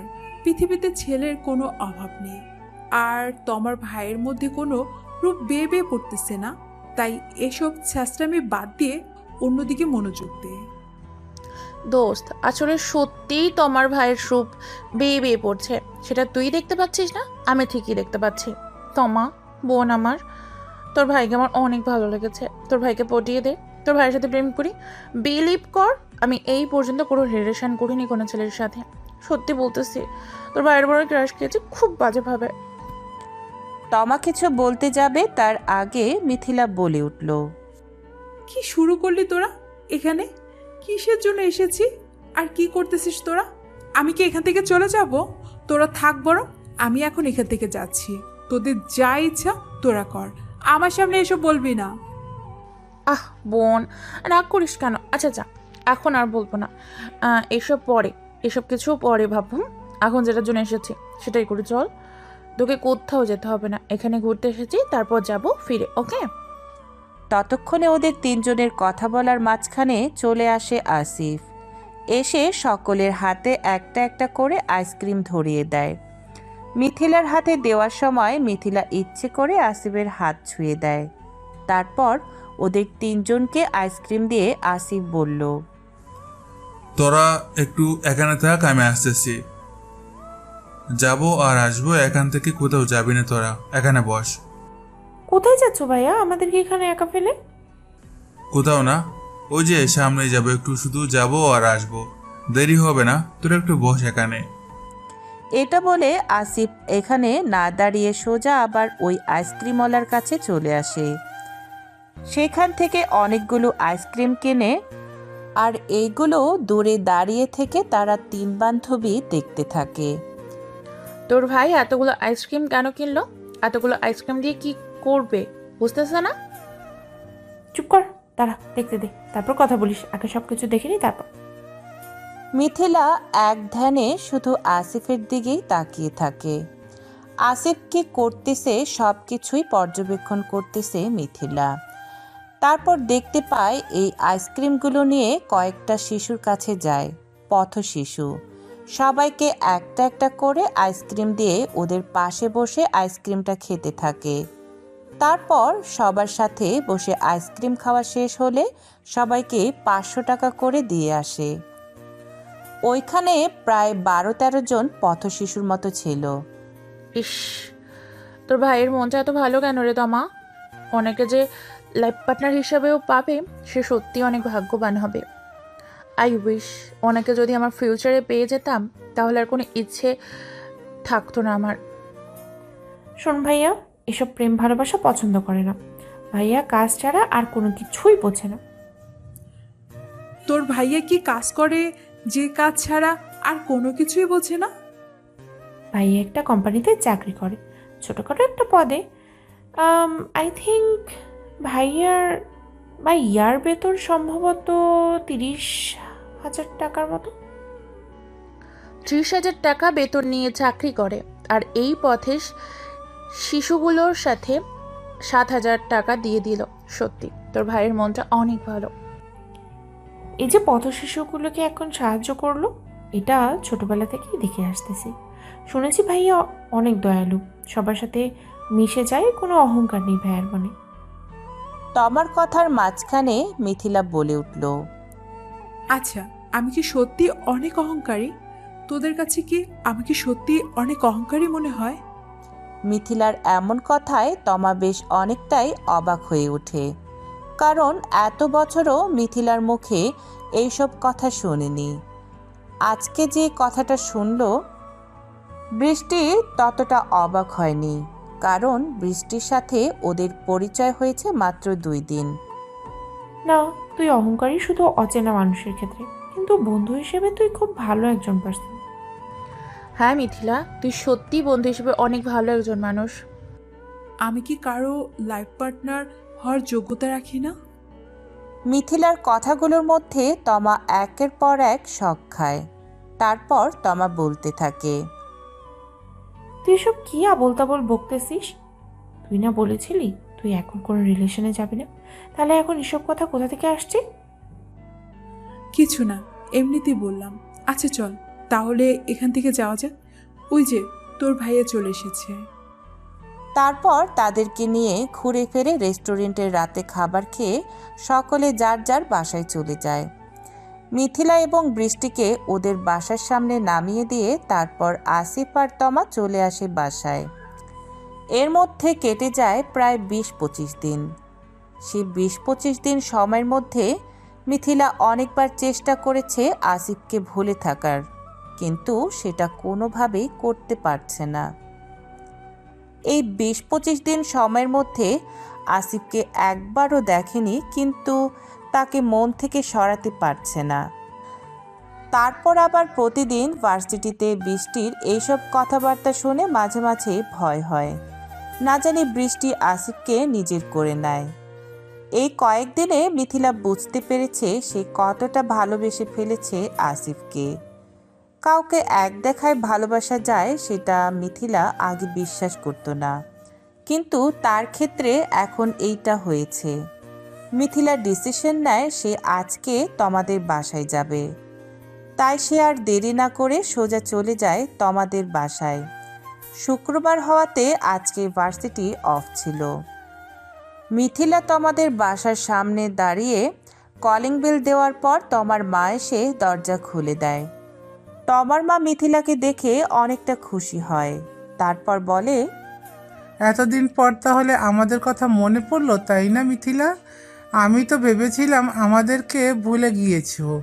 তোমাকে কত করে বলেছি তোমাকে বাড়িতে নিয়ে আসার জন্য, কিন্তু তমা বললে তুমি নাকি বাড়িতে আসো না। আমি ভেবেছি হয়তো আমাদের বাড়িতে আর আসবে না, আমাদেরকে একেবারে ভুলে গিয়েছো। আরে না আন্টি, তেমন কিছুই না। আসলে বাড়ি থেকে তেমন একটা বের হওয়া পড়ে না তো, সেই জন্যই আসতে পারিনি, এই আর কি। আর তমা আমাকে কখনো বলেনি আপনি আমাকে বলেছেন বাড়িতে আসার জন্য।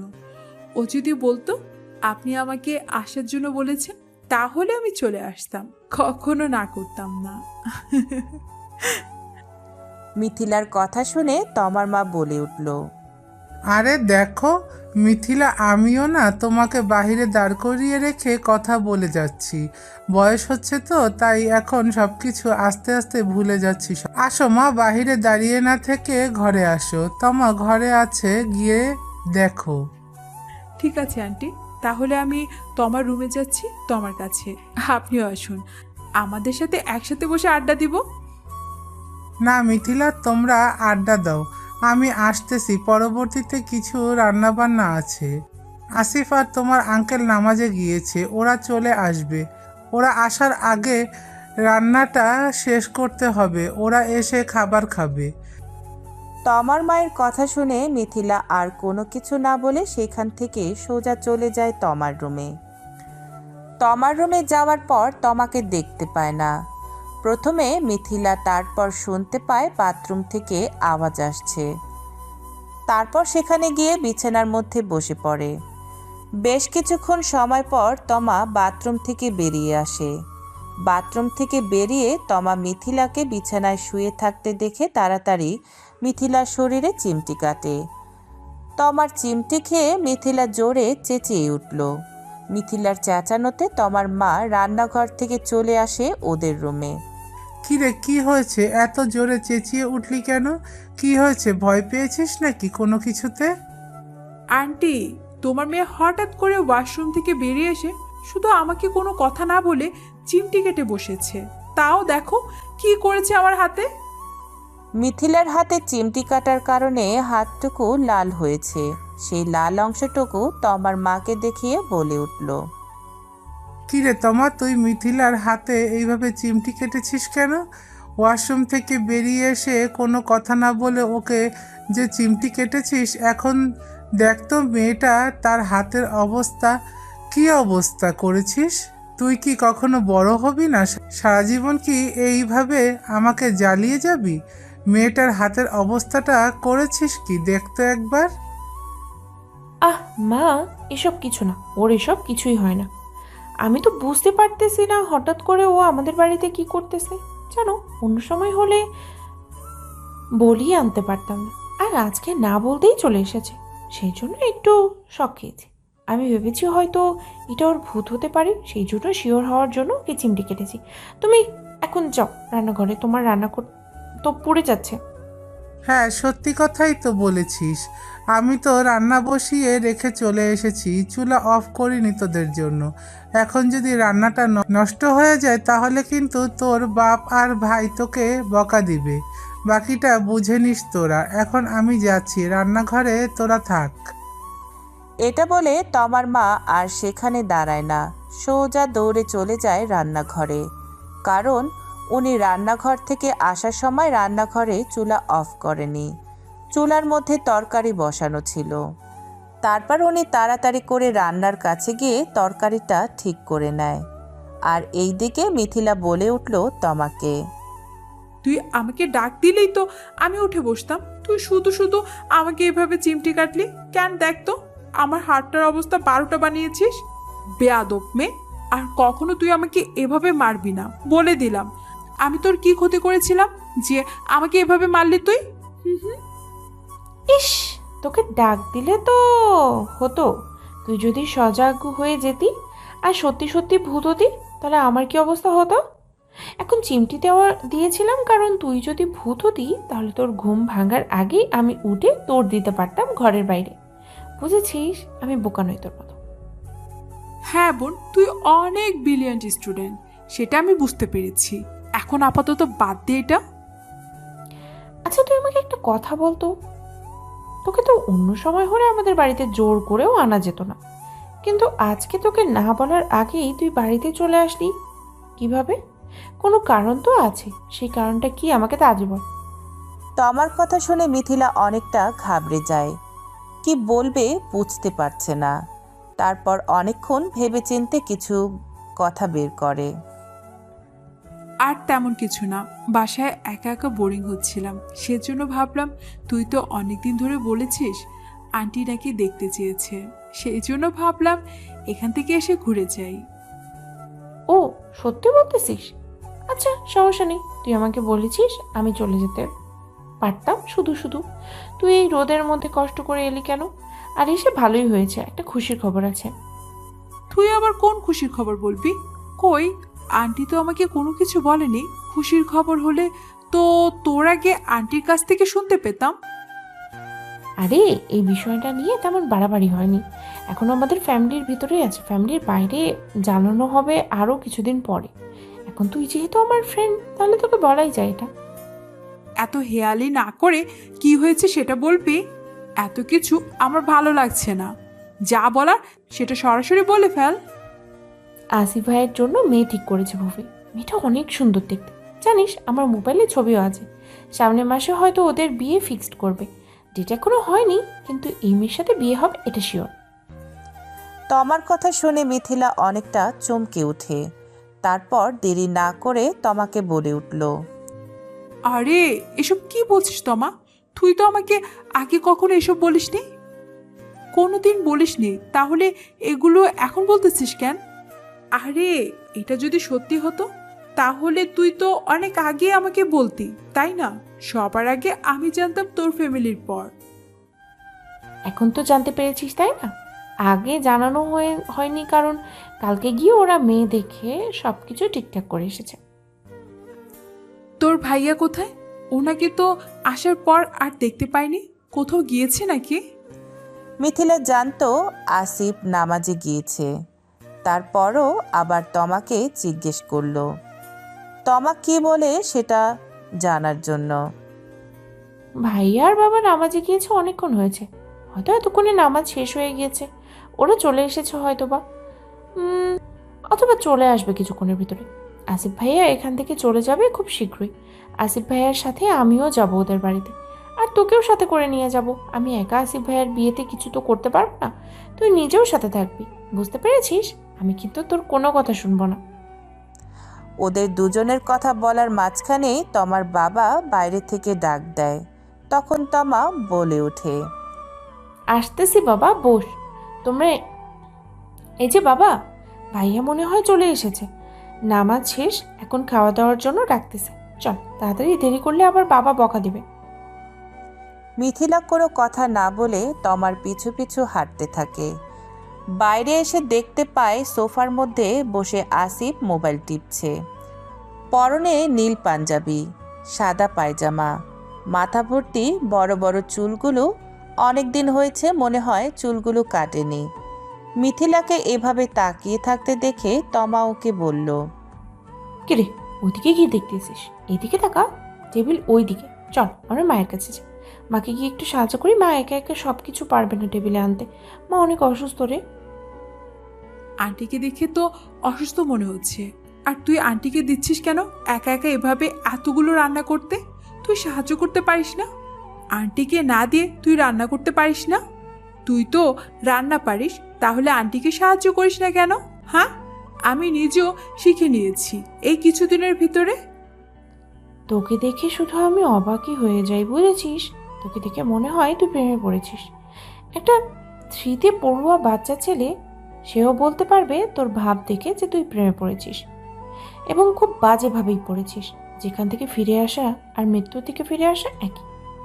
এখন তুই যদি চাস তাহলে হয়তো সব কিছু ঠিকঠাক হতেও পারে। পছন্দ থাকলে বলে দে, নয়তো দেরি হয়ে যাবে অনেক, বুঝেছিস?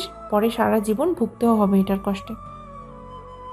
তমার কথা শুনে মিথিলা অনেকটা চুপ করে যায়, আর কোনো কথা বলে না। মনটা খারাপ হয়ে যায় মিথিলার। তারপর তমার দিকে তাকিয়ে মিথিলা বলে উঠল তমাকে, তুই সব কিছুই জেনে গিয়েছিস তাই না? তুই সব কিছু জানার পরও আমার সাথে এরকম একটা গেম খেলতে তোর বিবেকে বাঁধেনি আমার সাথে এরকমটা করতে? আর তুই এত কিছু সব কিছু জানলি কোথা থেকে? সত্যি করে বল আমাকে, কে বলেছে? আমার জানা মতে আমি কাউকে বলিনি, তোকেও বলিনি, তাহলে কে জেনেছে এই কথাগুলো? শোন, তাকে এমনি এমনি নিজের বেস্ট ফ্রেন্ড বলি না, বুঝেছিস? এত বছর ধরে এমনি এমনি তোর সাথে টিকে আছি না, তোর হাব ভাব দেখেই সব কিছু বলতে পারি, বুঝেছিস? আমি সেটা সেই দিনই ঘুরতে যাওয়ার দিনেই খেয়াল করেছি। তুই ভাইয়ার উপরে কিভাবে হুমড়ি খেয়ে পড়েছিলি, আর বৃষ্টিকে কিভাবে ধমকাচ্ছিলি, আর বৃষ্টি ওইসব কথা বলার কারণে তুই বাড়িতে চলে আসতে চেয়েছিলি। মিথিলা কি বলবে বুঝতে পারে না। তারপর মিথিলা বলল, ওনার নাম্বারটা দে তো, এখন ওনার সাথে আমার একটু পার্সোনালভাবে কথা বলতে হবে, নয়তো আমার সব কিছু সমাধান হবে না। তারপর মিথিলার নাম্বারটা নিয়ে ওরা দুজনেই চলে যায় রান্নাঘরে। রান্নাঘরে গিয়ে ওরা দুজন মিলে সাহায্য করতে থাকে, সব খাবার তরকারি এনে টেবিলের উপর রাখে। তারপর ওরা 5 জন একসাথে বসে খাওয়া শুরু করে। খাবার খাওয়ার মাঝখানে তমার বাবা বলে উঠলেন, কেমন আছো মিথিলা? অনেকদিন পর এবার আমাদের বাড়িতে আসলে। এতদিন তোমার আন্টি শুধু তোমার নাম নিয়ে বলেছে, তোমাকে যেন বাসায় নিয়ে আসে। তোমাকে দেখবে, তোমাকে দেখতে ইচ্ছে করতেছে, অনেকদিন ধরে দেখে না, এসব বলেছে তোমার আন্টি তোমাকে দেখার জন্য। জি আলহামদুলিল্লাহ ভালো আছি আঙ্কেল, আপনি কেমন আছেন? আমি এখানে আসতাম যদি তমা আমাকে আগে বলতো। তমা আমাকে আগে কখনো বলেনি আন্টি আমাকে দেখতে চেয়েছে। যদি আমি এই কথা জানতাম তাহলে যেদিন আন্টি বলেছে সেই দিনই চলে আসতাম। ও আচ্ছা, তাহলে আর এখানে তো তোমার কোনো দোষ নেই, সব তো সেই মেয়ে। ওকে ওর মা বলেছিল তোমাকে দেখবে, কিন্তু ও গিয়ে তোমাকে বলেনি, তাহলে তো ওর পুরো দোষটা ওর নিজের উপর গিয়ে পড়তেছে। তারপর একে একে আস্তে আস্তে তমার বাবা মা ওদের দুজনের খাওয়া শেষ হয়ে যায়। ওদের দুজনের খাওয়া শেষ হওয়ার পর তমা নিজেও তাড়াতাড়ি করে খাবার শেষ করে ফেলে। ওইখানে শুধু বসে থাকে আসিফ। আসিফ ফোনে অফিসের কিছু ইমেল দেখতেছিল, আর আসিফকে দেখতে ছিল সেইখানে বসে মিথিলা। সবাই কম বেশি ভাত খেয়ে নিয়েছে, কিন্তু মিথিলা যে অল্প কয়েকটা ভাত নিয়েছিল সেখান থেকে 3 ভাগের 1 ভাগ শেষ করতে পারেনি। মিথিলার পুরো মন ছিল আসিফের দিকে। এইভাবে তাকিয়ে রয়েছে মিথিলা, সেটা বুঝতে পেরে আসিফ বলে উঠল, খাবার সামনে নিয়ে এভাবে যদি হা করে বসে থাকো তাহলে মুখ দিয়ে মাছি ঢুকবে। তো মুখটা অফ করে তারপর খাবারকে এখান থেকে ওঠো। এটা বলে আসিফ নিজের প্লেট রেখে সেখান থেকে উঠে পড়ে। আসিফের খাবার শেষ, কিন্তু মিথিলার খাবার এখনো শেষ হয়নি। আসিফ যখন হাত ধুয়ে আসে তখন মিথিলা বলে উঠল, আপনার সাথে আমার কথা আছে, কিছু ইম্পর্টেন্ট কথা, যেগুলো একান্ত বলা দরকার। মিথিলার এই কথা শুনে আসিফ বলে উঠল, বিকাল থেকে এখান থেকে যেও না, আমি তোমাকে নিয়ে যাব, বাসায় পৌঁছে দিয়ে আসবো। ওই সময় যা ইচ্ছা বলো, এখন না। এটা বলে আসিফ সেখান থেকে সোজা তার রুমে চলে যায়। আর তমা সব কিছু দূরে দাঁড়িয়ে দাঁড়িয়ে দেখছিল। তারপর মিথিলাকে নিয়ে রুমে গিয়ে তমা অনেক মজা নেয় মিথিলাকে নিয়ে। তারপর বিকেলবেলা তমার বাবা আসিফকে বলল, তারপর মিথিলাকে রুমে নিয়ে গিয়ে তমা অনেক মজা করে মিথিলাকে নিয়ে। তারপর বিকেলবেলা তমার বাবা আসিফকে বলল, আসিফ, মিথিলাকে বাড়িতে নিয়ে পৌঁছে দিয়ে আয়। ও একা একা এসেছে, শুনেছি রিকশায় করে নাকি এসেছে। ওর বাবার গাড়ি থাকতে এসে নাকি রিকশায় চড়ে রাস্তাটুকু এসেছে। এখন ওকে সাবধানে বাড়িতে পৌঁছে দিয়ে আসবি। মিথিলা মামুনি আবার কিন্তু আসবে, বুঝেছো? মাঝে মধ্যে এখানে এসে ঘুরে যাবে। আপনি কি সত্যি সত্যি বিয়ে করে নিচ্ছেন? মিথিলার কথা শুনে আসিফ মিথিলার দিকে তাকিয়ে জিজ্ঞেস করলো, লুক এট মি, কে বলেছে তোমাকে এইসব কথা? মিথিলা আজকের মতো ভয়, লজ্জা, কষ্ট কোনোদিন হয়তো পায়নি। তারপরও নিজেকে সামলে আসিফের দিকে একটু তাকিয়ে তারপর আস্তে আস্তে বলল, তমা বলেছে আপনি নাকি সামনের মাসে বিয়ে করতেছেন, সেজন্য জিজ্ঞাসা করেছি আপনি কি সত্যি বিয়ে করতেছেন? আমি বিয়ে করলে তোমার কি, চিন্তা করো না, তোমাকে দাওয়াত দেওয়া হবে।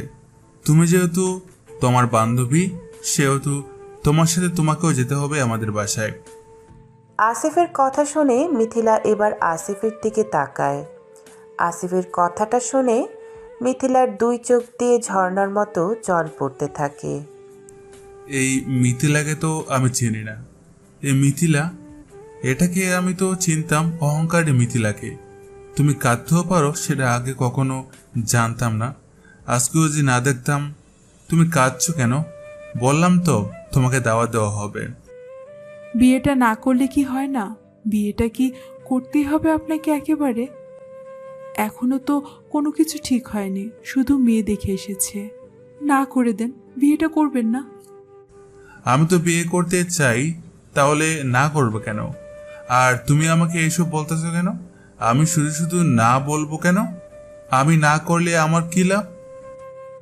বলবেন যে মেয়েটা সুন্দর না, সেই জন্য আপনি বিয়ে করবেন না।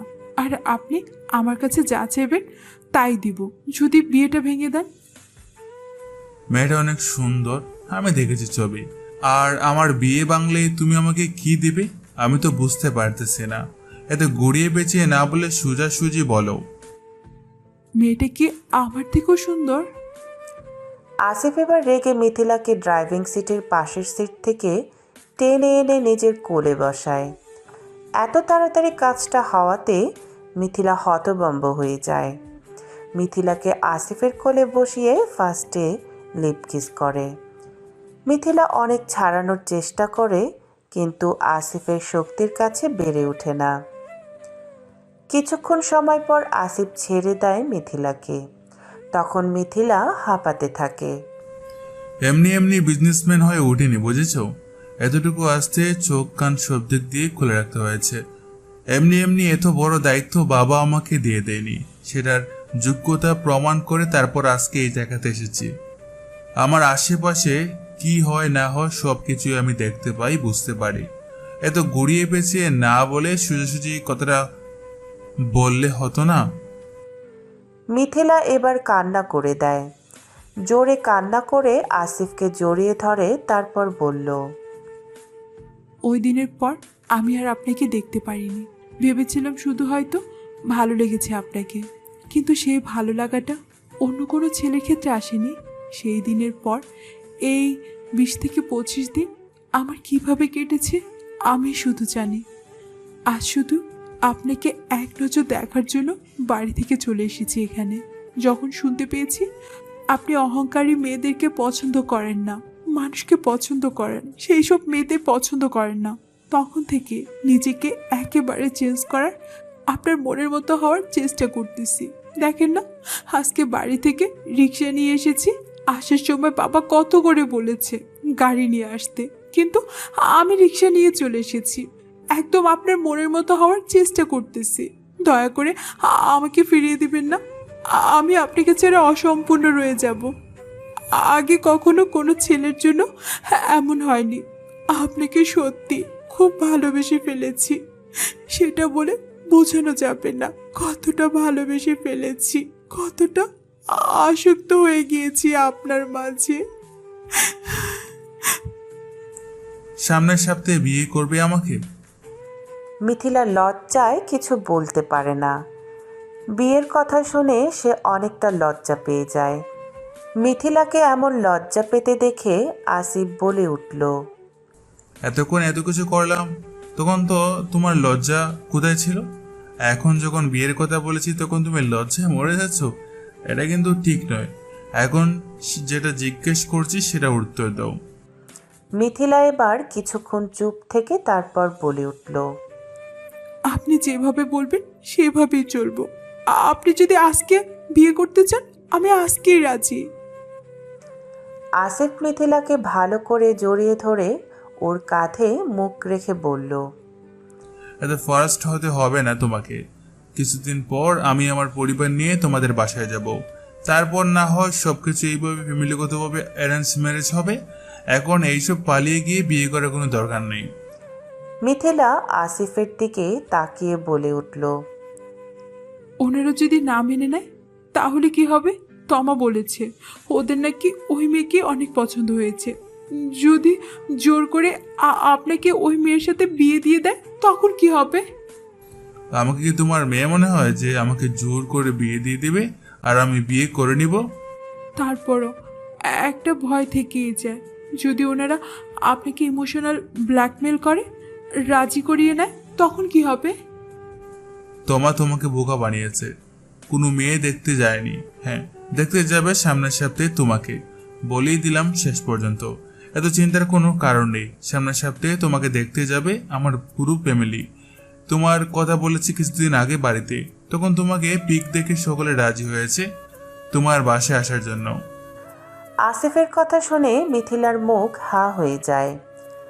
তখন আসিফ ওর মুখ বন্ধ করে বলে উঠল, মুখ বন্ধ করো নয়তো মাছি ঢুকে যাবে। এত অবাক হওয়ার কিছু হয়নি এখানে। আপনারা দুই ভাই বোন আমাকে ঠকিয়েছেন, পুরোটা ঠকিয়েছেন। কালকে শুধু তমা ভার্সিটিতে আসুক, তারপর ওর ব্যবস্থা করব আমি। আমাকে এতটা কষ্ট দিয়েছে ও মিথ্যে কথা বলে। যা ইচ্ছা করো, কিন্তু আগের ক্যারেক্টারে ফিরে যেও না। এখন যেমন আছো সারা জীবন তেমনই থাকবে। আগের এইসব ক্যারেক্টার বাদ ফিউচারে নতুন কিছু আপডেট আসবে আবার তোমার মধ্যে। আচ্ছা ঠিক আছে, কিন্তু আপনারা দুই ভাই বোন আমাকে সত্যিই ঠকিয়েছেন। কখন তোমাকে ঠকিয়েছি?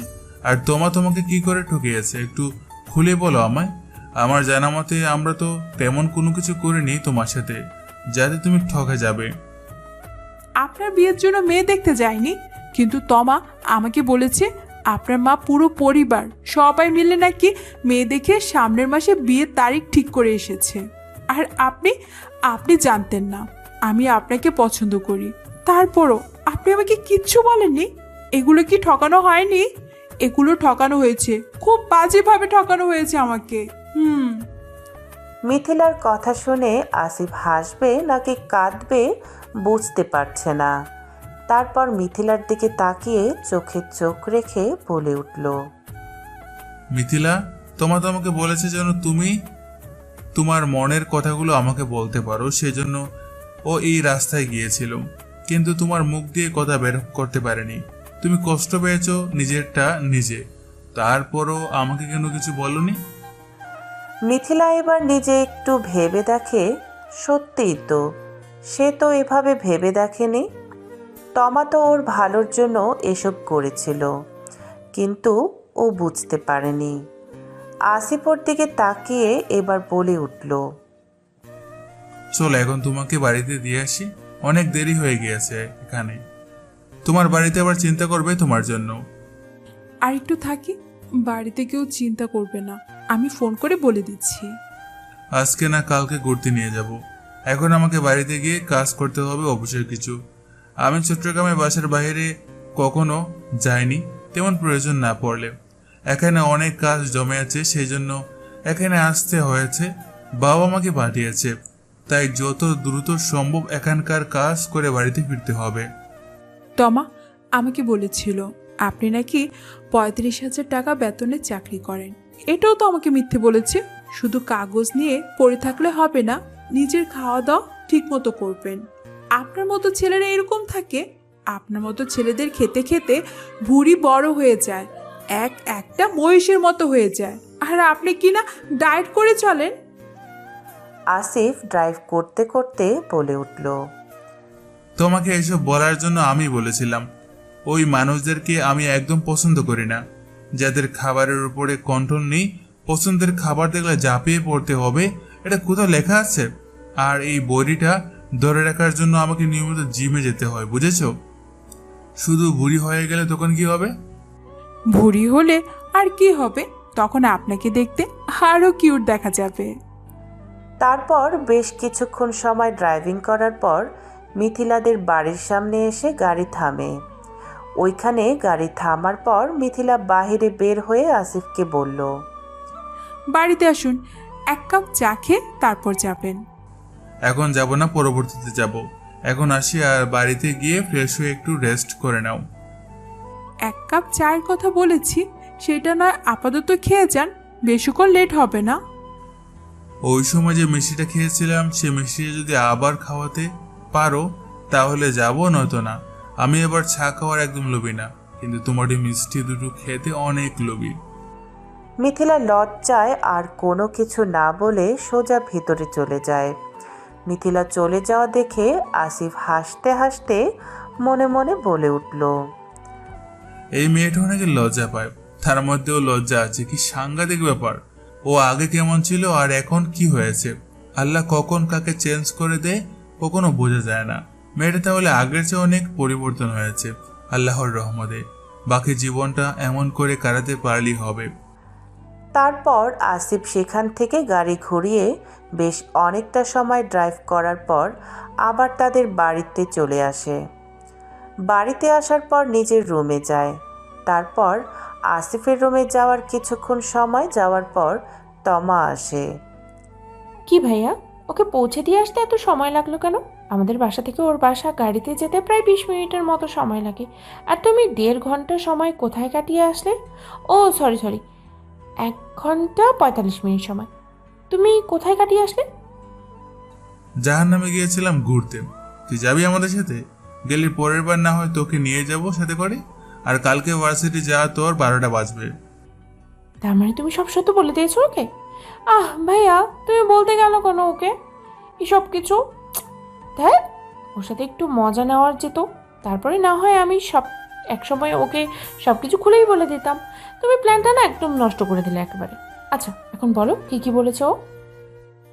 বেশি পাকনামি না করে, বকবক না করে এখান থেকে বের হো, না হলে কিন্তু তোর মাথায় এটা ভাঙবো। আসিফ তার হাতে ল্যাপটপ দেখিয়ে বলল।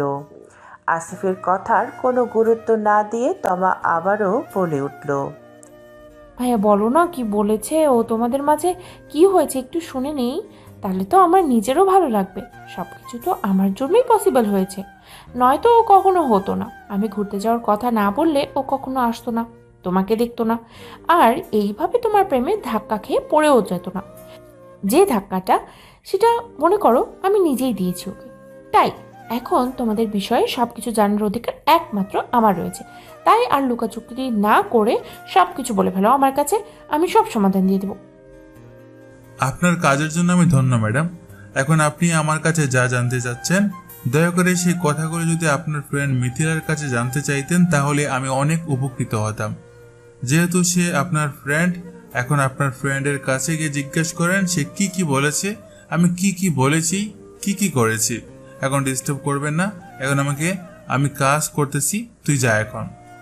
তারপরও তমা সেখানে দাঁড়িয়ে থাকে, যায় না সেখান থেকে। তমাকে সেখানে এইভাবে দাঁড়িয়ে থাকতে দেখে আসিফ আবারও বলে উঠল তমাকে, তোকে এখান থেকে যেতে বলেছি আমি, এখন চুপচাপ কথা না বলে এখান থেকে যা, আমি কাজ করব, অনেক কাজ জমে আছে। ঠিক আছে, যাচ্ছি। তোমার মতো নিম পাতার মতো ভাই যেন কারোর কপালে না জোটে। জন্মের পরে মুখে মনে হয় ফুপি মধু দিতে না ভুলে গিয়েছিল, সেই জন্য এত নিম পাতার মতো কথা বের হয় তোমার মুখে। আসিফ কিছু বলতে যাবে তার আগে দৌড়ে তমার রুম থেকে বের হয়ে যায়। সেই দিন রাতে সকলে খাবার খেয়ে তারপর ঘুমিয়ে পড়ে। পরের দিন সকালবেলা খাবার টেবিলে তমা এসে বলল, ভাইয়া আমাকে যাওয়ার সময় নিয়ে যেও, আমাকে ভার্সিটির সামনে নামিয়ে দিয়ে তারপরে তুমি না হয় অফিসে চলে যাও। তোর সব কিছু ঠিকঠাক আছে, আমি কিন্তু খেয়ে লেট করব না, সাথে সাথে চলে যাব। ওই যে দেখো ব্যাগ নিয়ে একেবারে নেমেছি, আমি পুরোপুরি রেডি, তোমাকে আর বলতে হবে না, খেয়ে বেরিয়ে যাব তোমার সাথে। তুমি তো একাই যেতে পারো, তাহলে আসিফকে নিয়ে যেতে হবে কেন? আসিফের অফিস আছে, সেটা তুমি জানো না? তমা কিছু বলতে যাবে তার আগে আসিফ বলে উঠল, আরে মামা, তুমি ওকে বকছো কেন? আমি তোর ভার্সিটির সামনে দিয়ে যাব, ওকে নামিয়ে দিয়ে যেতে আমার প্রবলেম হবে না, তুমি ওকে কোনো কিছু বলো না। তোদের ভাই বোনের মাঝে আমি আর কি বলবো, তোরা যেটা ভালো মনে করিস সেটাই কর। আমি তাহলে যাচ্ছি, আমার অফিসে দেরি হয়ে যাচ্ছে। আর সাবধানে যাস তোরা, আমি যাই এখন। এটা বলে উনি ওখান থেকে উঠে চলে যায় অফিসের উদ্দেশ্যে। ওনার পিছেই ওদের খাওয়া শেষ হয়ে যায়। তারপর তমা আর আসিফ ওরাও বেরিয়ে যায়।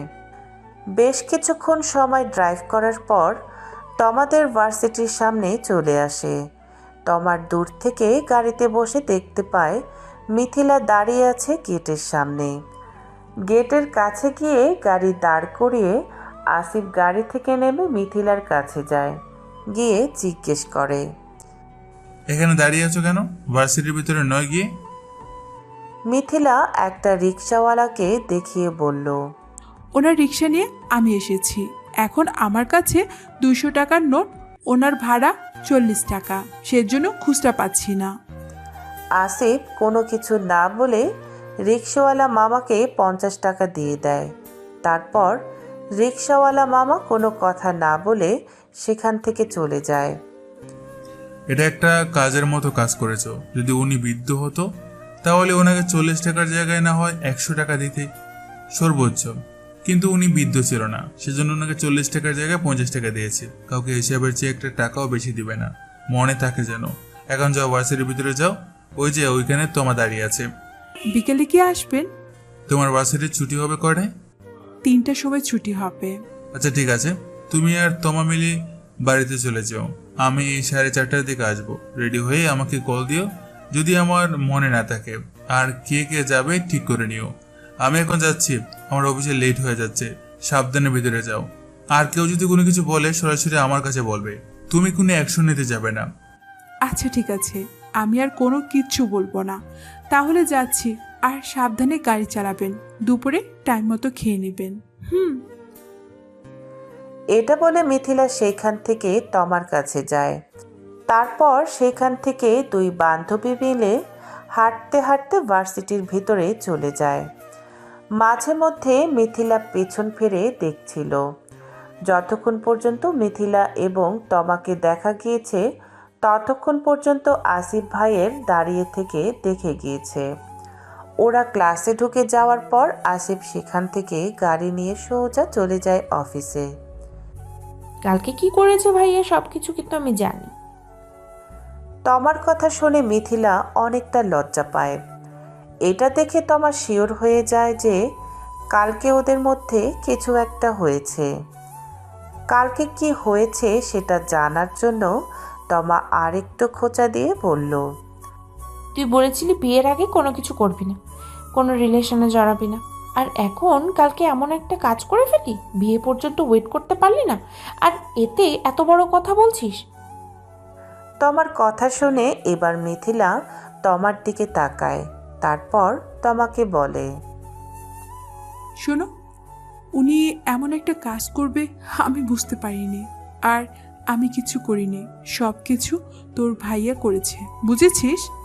আমি অনেক ছোটাছুটি করার চেষ্টা করেছি, কিন্তু তোর ভাইয়ার শক্তির কাছে আমি বরাবর ব্যর্থ হয়েছি। আমি পারিনি তোর ভাইয়াকে আটকে রাখতে। মানতেছি শেষে ওনার বুকে একটু মাথা রেখে জড়িয়ে ধরেছিলাম, তাতে আমার দোষ হয়ে গিয়েছে, তাই না? ততক্ষণে ওদের দুজনের মাঝখানে বৃষ্টি চলে আসে।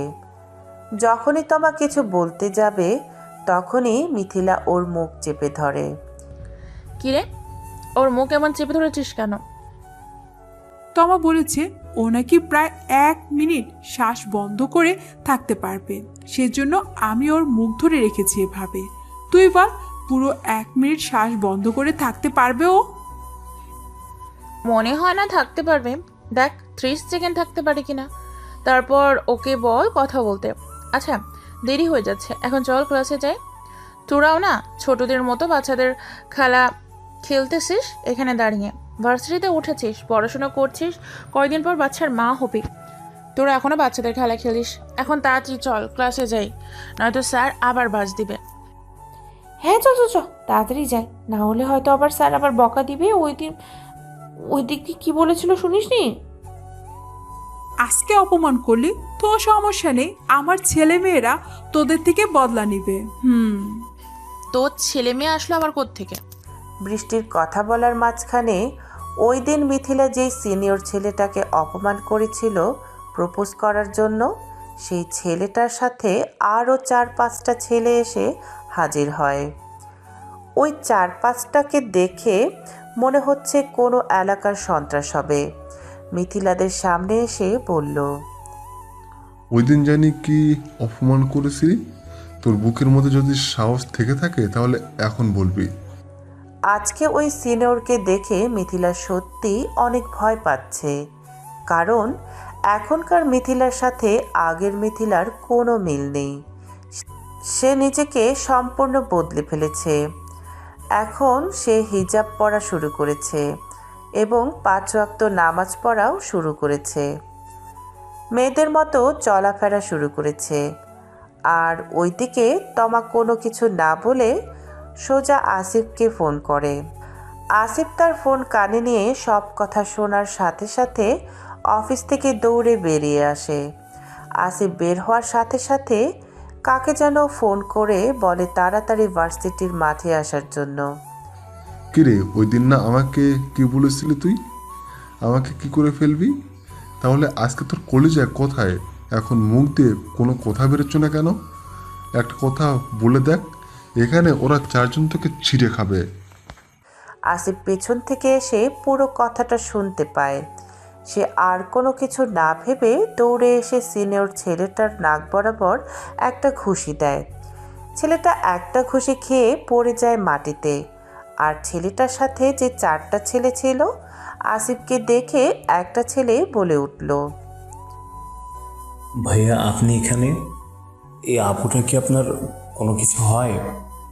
সরি ভাই, ভুল করে আমরা এখানে চলে এসেছি, এবারের মতো মাফ করে দেন, আর কখনো ভুল হবে না আমাদের। এসব ভুলের কোনো ক্ষমা নেই আমার কাছে। তুই আমার প্রপার্টিতে হাত বাড়িয়েছিস, সেই হাত যতক্ষণ না পর্যন্ত তোর থেকে আলাদা করতে পারবো ততক্ষণ পর্যন্ত আমার শান্তি নেই। শিয়াব একটুর জন্য এখান থেকে বেঁচে না ফিরতে পারে, সব কটার হাত পা ভেঙে তারপর হসপিটালে ভর্তি করিয়ে দিবি, আর চিকিৎসার জন্য ঠিক মতো না হয়। আসিফ জোরে চেঁচিয়ে কথাগুলো বলল। পিছন থেকে আসিফের অ্যাসিস্ট্যান্ট শিহাব সে দৌড়ে এসে ওই 4টাকে ধরে নেয়। শিহাবের সাথে প্রায় 50 জন লোকের মতো। তারপর তারা সকলে মিলে ওই 4টাকে মারতে থাকে। পুরো ভার্সিটির মানুষ ওদের এই কাহিনী দেখতে থাকে, আর আসিফ যায় ওই সিনিয়র ছেলেটার কাছে। তুই কি বলেছিস? কাকে ছেড়ে খাবি? আমার কলেজা? তুই আমার কলেজেতে হাত বাড়িয়েছিস, তোর হাত এত লম্বা হয়ে গিয়েছে, আগেরবার যখন ওকে প্রপোজ করেছিলি তখন আমি কোনো কিছু করিনি, কারণ আমার কলেজা তোকে ঠিক শিক্ষা দিয়েছিল। তুই এবারও একই ভুল করলি আমার কলেজেতে হাত দিয়ে। আসিফ এটা বলে পেছন থেকে রিভলভার বের করে ওই ছেলেটার 4 পায়ে 4টা গুলি করে।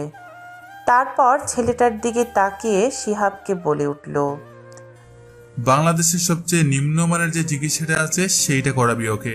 ও ঠিক হতে যেন সময় লাগে, কমপক্ষে 5 থেকে 7 বছর। আসিফ এটা বলে সোজা গিয়ে মিথিলাকে জড়িয়ে ধরে পুরো ভার্সিটির সামনে। তারপর মিথিলার মুখে সারা মুখে চুমু দিয়ে বলে উঠল, জান ভয় পাবি না একদম, আমি আছি, আমি চলে এসেছি। আমি থাকতে তোর কিচ্ছু হবে না, কোন গুত্থা তোর দিকে হাত বাড়াতে পারবে না। আমি যতদিন বেঁচে আছি তুই শুধু আমার উপর ভরসা রাখ। তোর কোথাও লাগেনি তো? আসিফের এমন বেপরোয়া ভাব দেখে মিথিলা অনেকটা চমকে ওঠে। মিথিলা বুঝতে পারে আসিফের দিকে তাকিয়ে ছেলেটা তাকে কতটা ভালোবাসে। মিথিলা আর কোনো কিছু না ভেবে আসিফকে জড়িয়ে ধরে কান্না করে দেয়। জান আমি এসে গিয়েছি, তো তোর কিচ্ছু হবে না, তুই ভয় পাস না একদম। আমি আছি, আমি থাকতে তোর কোনো কিছু হতে দিব না। মিথিলা কান্না করতে করতে হেঁচকি তুলে ফেলে। আর একটু দূরে থেকে তমা আর বৃষ্টি দাঁড়িয়ে দাঁড়িয়ে দেখে। আসিফ যখন মিথিলার কাছে আসে তখন তারা দূরে সরে দাঁড়ায়। ওদেরকে এইভাবে দেখে বৃষ্টি তমাকে জিজ্ঞেস করলো, তমা, তোর ভাই আর মিথিলা কি রিলেশনে গিয়েছে নাকি? ওরা রিলেশনে নেই, কিন্তু ওরা একজন অপরজনকে অনেক বেশি ভালোবাসে। আর যদি রিলেশনে গিয়েও থাকে সেইটা মেবি কালকে গিয়েছে। তোর মনে আছে যেদিন আমরা ঘুরতে গিয়েছিলাম সেদিন আমি একটা কথা বলেছিলাম? সেদিন তো অনেক কথাই বলেছিলি। কোন বিষয়কে কথা বলেছিলি তুই? বুঝিয়ে বল, আমি বুঝিনি। সেদিন বলেছিলাম না তোকে তোর লাইফে যে লাইফ পার্টনার হিসেবে পাবে সে সত্যি অনেক ভাগ্যবান হবে। আজকে দেখ মিথিলায় বিপদে পড়তে না পড়তে দৌড়ে এসে এখানে হাজির। আর ওদের কি অবস্থা করেছে, শুধু মিথিলাকে একটু বাজে কথা বলেছে সেই জন্য। মনে হয়েছে এটা তুই একদম 100% ঠিক কথা বলেছিস। আমার ভাই এমনই। আমার ভাই অনেক আগে থেকেই মিথিলাকে পছন্দ করে।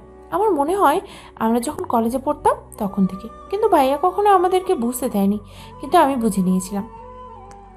এখনো মিথিলা ফুপিয়ে ফুপিয়ে কেঁদে যাচ্ছে আসিফের বুকে। জান তোর কান্না বন্ধ কর এখনই, নয়তো আমি কিন্তু তোকে এইখানে সবার সামনে থাপ্পড় মারবো। ওই কুকুরের বাচ্চা কি বলেছে তার জন্য তোকে কান্না করতে হবে? তুই কি চাস ওকে কুচি কুচি করে কাটি? তুই যদি চাস তাহলে ওকে আমি আজকে কুচি কুচি করে কেটে ওর মাংস তোর সামনে এনে ফেলবো। আসিফের কথা শুনে মিথিলা আঁতকে ওঠে, অনেকটা ভয় পেয়ে যায়। তারপর আসিফের দিকে তাকিয়ে মাথাটা তুলে বলল, না, এটা কি? আর কোনো কিছু করতে হবে না। ওর মতো শাস্তি পেয়েছে, আপনি আর ওকে কোনো কিছু করবেন না। তারপর পুলিশ এসে ঝামেলা করবে। মিথিলার কথা বলার মাঝখানে ওইখানে পুলিশ চলে আসে। সবগুলো পুলিশের মধ্যে মিথিলার বাবাও ছিল। মিথিলার বাবা দূর থেকে মিথিলাকে আর আসিফকে পাশাপাশি দেখে ওদের কাছে আসে। কাছে এসে দেখতে পায় মিথিলাকে জড়িয়ে ধরে আছে আসিফ। আসিফকে দেখে মিথিলার বাবা বলে উঠল, আরে স্যার, আপনি এখানে? আপনি ঢাকায় এসেছেন, আমাকে একবারও জানাননি। বড় স্যারও আমাকে কোনো কিছু বলেনি, আপনিও আমাকে বলেননি। দেখুন এখানে স্যার বলতে হবে না, আর আমি আগেও আপনাকে না করেছে আমাকে স্যার বলে ডাকতে। আমি আপনার চেয়ে বয়সে অনেক ছোট হব। তা কি করে হবে স্যার? এটা সম্ভব না। স্যার মিথিলা কি অসুস্থ নাকি? ওকে এইভাবে ধরে রেখেছেন? আর এইখানেই বা কি হয়েছে? আমাদের কাছে খবর গেল। এখানে যা কিছু হয়েছে সবকিছু আমি করেছি। আমার কলেজের গায়ে হাত দিতে চেয়েছিল ওরা। আপনি তো জানেন আমি আমার সবকিছু নিয়ে পজিটিভ, আর সেখানে যদি ও আমার কলেজেতে হাত দিতে আসে তাহলে আমার কি করা উচিত সেটা আপনি ভেবে দেখুন। আর হ্যাঁ, অন্যদিকে যাওয়ার দরকার নেই। আমার কলেজেটা আপনার মেয়ে। সামনের সপ্তাহে বাবা মা ওরা আসবে আপনাদের বাড়িতে আপনার সাথে কথা বলার জন্য। আসিফের কথা শুনে মিথিলার বাবা মিথিলার কাছে গিয়ে বলে উঠল, মা, তোর কোথাও লেগেছে? এরা তোর সাথে বাজে ব্যবহার করেছে? কিছু করেছে এরা তোকে? বল আমাকে। তুই অনেক কান্না করেছিস। তোকে এরা মেরেছে, কিছু বলেছে? না বাবা, ওরা কিচ্ছু করতে পারেনি। তার আগে উনি চলে এসেছিলেন। উনি যদি ওই সময় না আসতেন, জানি না আজকে আমার সাথে কি হতো এখানে। বাবা, আমি তো আগে অহংকারী ছিলাম, তাই না? উনি আমার লাইফে আসার পর থেকে আমি তো চেঞ্জ হয়ে গিয়েছি। তাহলে মানুষ আমার সাথে এমন করে কেন? আমি তো সবার কাছে ক্ষমা চেয়েছিলাম, তাই না? শেষের কথাগুলো মিথিলা কাঁদতে কাঁদতে বলে।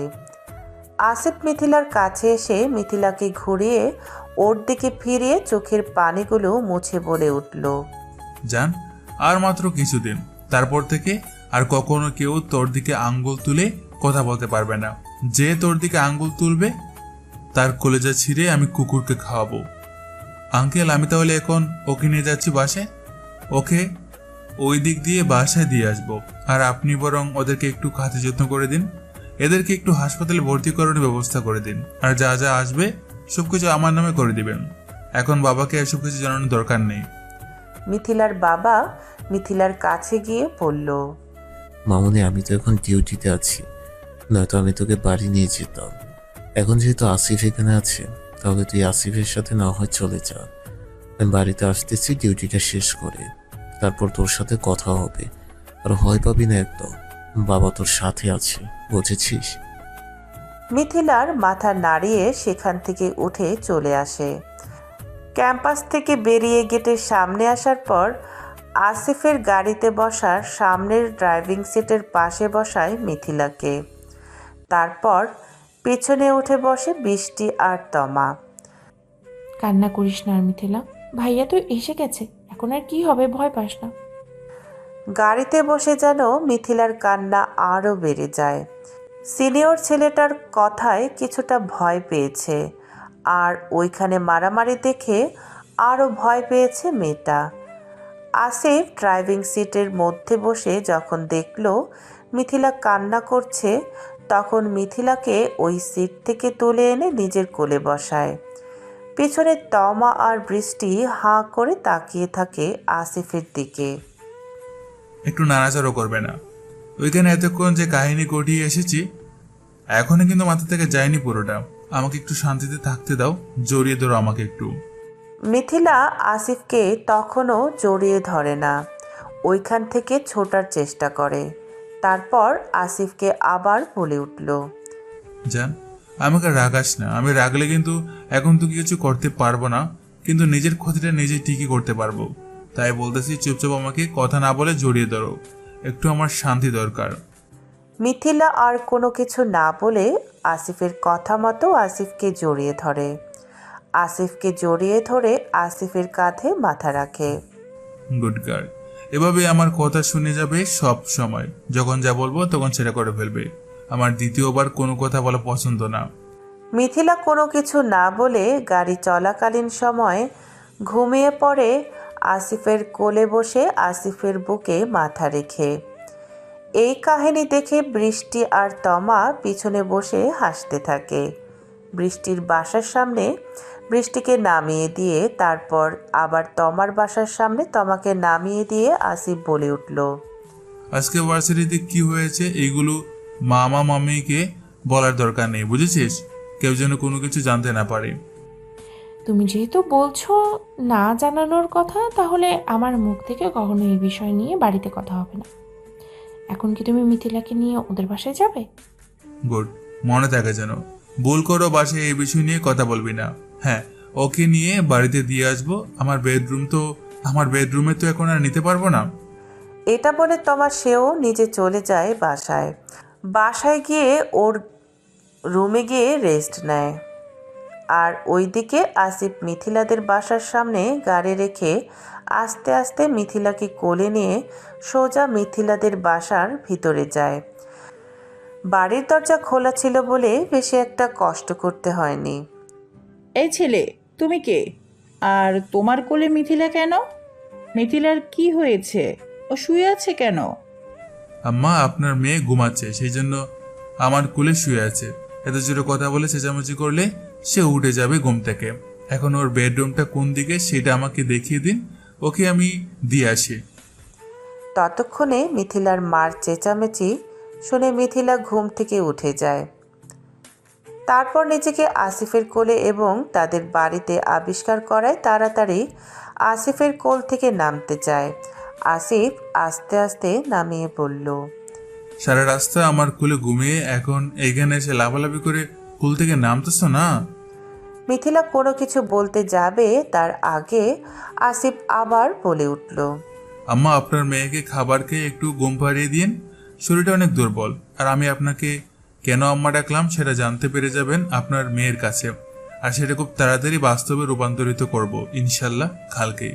আমি এখন যাচ্ছি, এখন খাবার খেয়ে তারপর একটু ঘুমাবে, বুঝেছ? আসিফ কথাটা মিথিলার অনেকটা কাছাকাছি গিয়ে গাল দুটোর মধ্যে ধরে তারপর বলে উঠল। এটা বলে আর সেখানে দাঁড়ায় না আসিফ, সোজা চলে যায় মিথিলাদের বাসা থেকে বের হয়ে। আসিফ চলে যাওয়ার পর মিথিলার মা মিথিলার কাছে এসে জিজ্ঞেস করলো, মিথিলা, ছেলেটা কে? আর তুই বা ছেলের কোলে ঘুমিয়েছিস কেন? তারপর মিথিলা একে একে সব কিছু খুলে বলে। সেইগুলো শুনে মিথিলার মা আর কোনো কিছুই বলেনি। সেই দিনের মতো দিনটা কেটে যায়। পরের দিন সকালে পরিবার নিয়ে আসিফ এসে হাজির হয় সকাল 9টায় মিথিলাদের বাসায়। মিথিলার বাবা আসিফের বাবাকে দেখে, আসসালামু আলাইকুম স্যার, কেমন আছেন স্যার? আমরা এখানে কোনো ডিল করতেছি না, এখানে কোনো ব্যবসা করতেছি না, বা কোনো রাজনৈতিক বা অফিসিয়াল কাজ নয়। এখানে আমরা আত্মীয়তার জন্য এসেছি। সো এখানে স্যার বলে ডাকবেন না ভাই। ভাইজান, আপনারা বাইরে যা কিছুই করেন না কেন, এখন আমরা বাড়িতে এসেছি আপনার মেয়েটাকে আমার মেয়ে হিসেবে নেওয়ার জন্য। এখানে আপাতত আপনাদের ডিউটি আর বিজনেস শুরু করবেন না। মিথিলার বাবা হাসতে হাসতে বলল, কি করবো আপা বলুন, অনেক দিনের অভ্যাস তো সেজন্য। আমি ভাইজানকে আরো অনেক আগে থেকেই চিনি। যখন আমার পোস্টিং চট্টগ্রামে ছিল তখন থেকে ওনার সাথে ভালো একটা সম্পর্ক ছিল আমার। সেই সম্পর্কটা আরো মজবুত করার জন্য চলে আসলাম। এখন সব পুরাটা তোমার উপর নির্ভর করতেছে, কি করবে। দুলা ভাই, আশা করি মিথিলার বাবা ফিরিয়ে দিবে না। উনি হয়তো আসিফকে কিছুটা হলেও চিনেন। আসিফ কোন ধরনের ছেলে? আমি আর কি বলবো ভাইজান, আপনারা যেটা ভালো মনে করেন সেটাই করেন। আর আমার মেয়েকে এইটাতে মনে হয় সম্মতি আছে। মেয়ে খুশির জন্য যা কিছুই করা যায় কম হয়ে যাবে। তাহলে তো আর কোনো ঝামেলাই রইল না, সব কিছু তাহলে এমনিতেই ঠিক হয়ে গিয়েছে। আলহামদুলিল্লাহ, সব নর্মালি ঠিক হয়ে গিয়েছে। তাহলে আগামী সপ্তাহে ওদের বিয়ের ব্যবস্থা করতেছি, তুমি কি বলো? এত তাড়াতাড়ি ভাইজান, একটা মাত্র মেয়ে আমার, সব আত্মীয় স্বজনদের জানাতে হবে তো। এত তাড়াতাড়ি কি করে আয়োজন করবে এত বড় বলুন? এটা তুমি কি বললে? আমি তোমার বাড়িতে মেহমান নিয়ে এসে খাবো, এটা একটা কথা বললে তুমি? ওদের বিয়েটা আমি পুরোটা আমার বাড়িতে শেষ করব। তোমার যত আত্মীয় স্বজন আছে সবাইকে নিয়ে চলে আসবে। আমি কোনো না শুনতে চাই না এটার মধ্যে। তা কি করে হয় ভাইজান, একটা মাত্র মেয়ে আমার। ভাই, অফিসে বাবা যেটা বলেছে সেটা মেনে নেন, এখানে আর না করবেন না প্লিজ। তারপর তারা পুরো পরিবার মিলে কথা বলে দিন তারিখ ঠিক করে। সামনের সপ্তাহের শুক্রবারে ওদের বিয়ে হবে। আর আসিফ চলে যায় মিথিলার রুমে। ওইখানে গিয়ে দেখে তমা আর বৃষ্টি মিথিলার সাথে বসে গল্প করছে, মিথিলাকে নিয়ে মজা নিচ্ছে। তার মানে যেদিন আমরা ঘুরতে গিয়েছিলাম সেদিন যখন তমার ভাইকে আমার ক্রাশ বলে পরিচয় দিয়েছিলাম, তারপর তো এটার জন্য এমন করেছিলি। তোমার ভাই কি? দুলা ভাই বলে ডাকবি, দুলা ভাই ছাড়া ডাকবি না একদম। ওরে বাপরে, বিয়ের আগে এই অবস্থা, না জানি বিয়ের পরে কি অবস্থা হয়। ওদের কথা বলার মাঝখানে আসিফ এসে বলল, তোরা এখন বাইরে যা, অনেক কথা বলেছিস। ওরা দুই বান্ধবী আর কোনো কথা না বলে সোজা বাহিরে চলে যায়। আসিফের দরজা আটকে মিথিলার কাছে আসে। দরজা আটকাচ্ছেন কেন? কি করতে যাচ্ছেন আপনি? ডোন্ট ওয়ারি, এখন তো আর বাসর করব না, ভয় পেও না। এটা না হয় বিয়ের পরের জন্য তুলে রাখবো। আচ্ছা, আপনার মুখে কি কোনো কিছু আটকায় না? এত লাগাম ছাড়া কেন আপনি? আসিফ কোনো কিছু না বলে মিথিলাকে এসে জড়িয়ে ধরে। তারপর মিথিলাকে বলে, অবশেষে আমার ভালোবাসাটা পূর্ণতা পেতে যাচ্ছে। এখন যেমন আছো তেমনই থাকবে সারা জীবন। ভালোবাসি তোমাকে ওই গোলাপের মতো। গোলাপের কাটার জন্য যেমন সবাই ছুতে পারে না, ঠিক তেমনি আমিও ছাড়া তোমাকে কেউ ছুতে পারবে না, ভালোবাসতে পারবে না। আমিও ভালোবাসি, খুব বেশি ভালোবাসি। আপনাকে ছাড়া অন্য কাউকে কল্পনা করাও আমার জন্য অভিশাপ।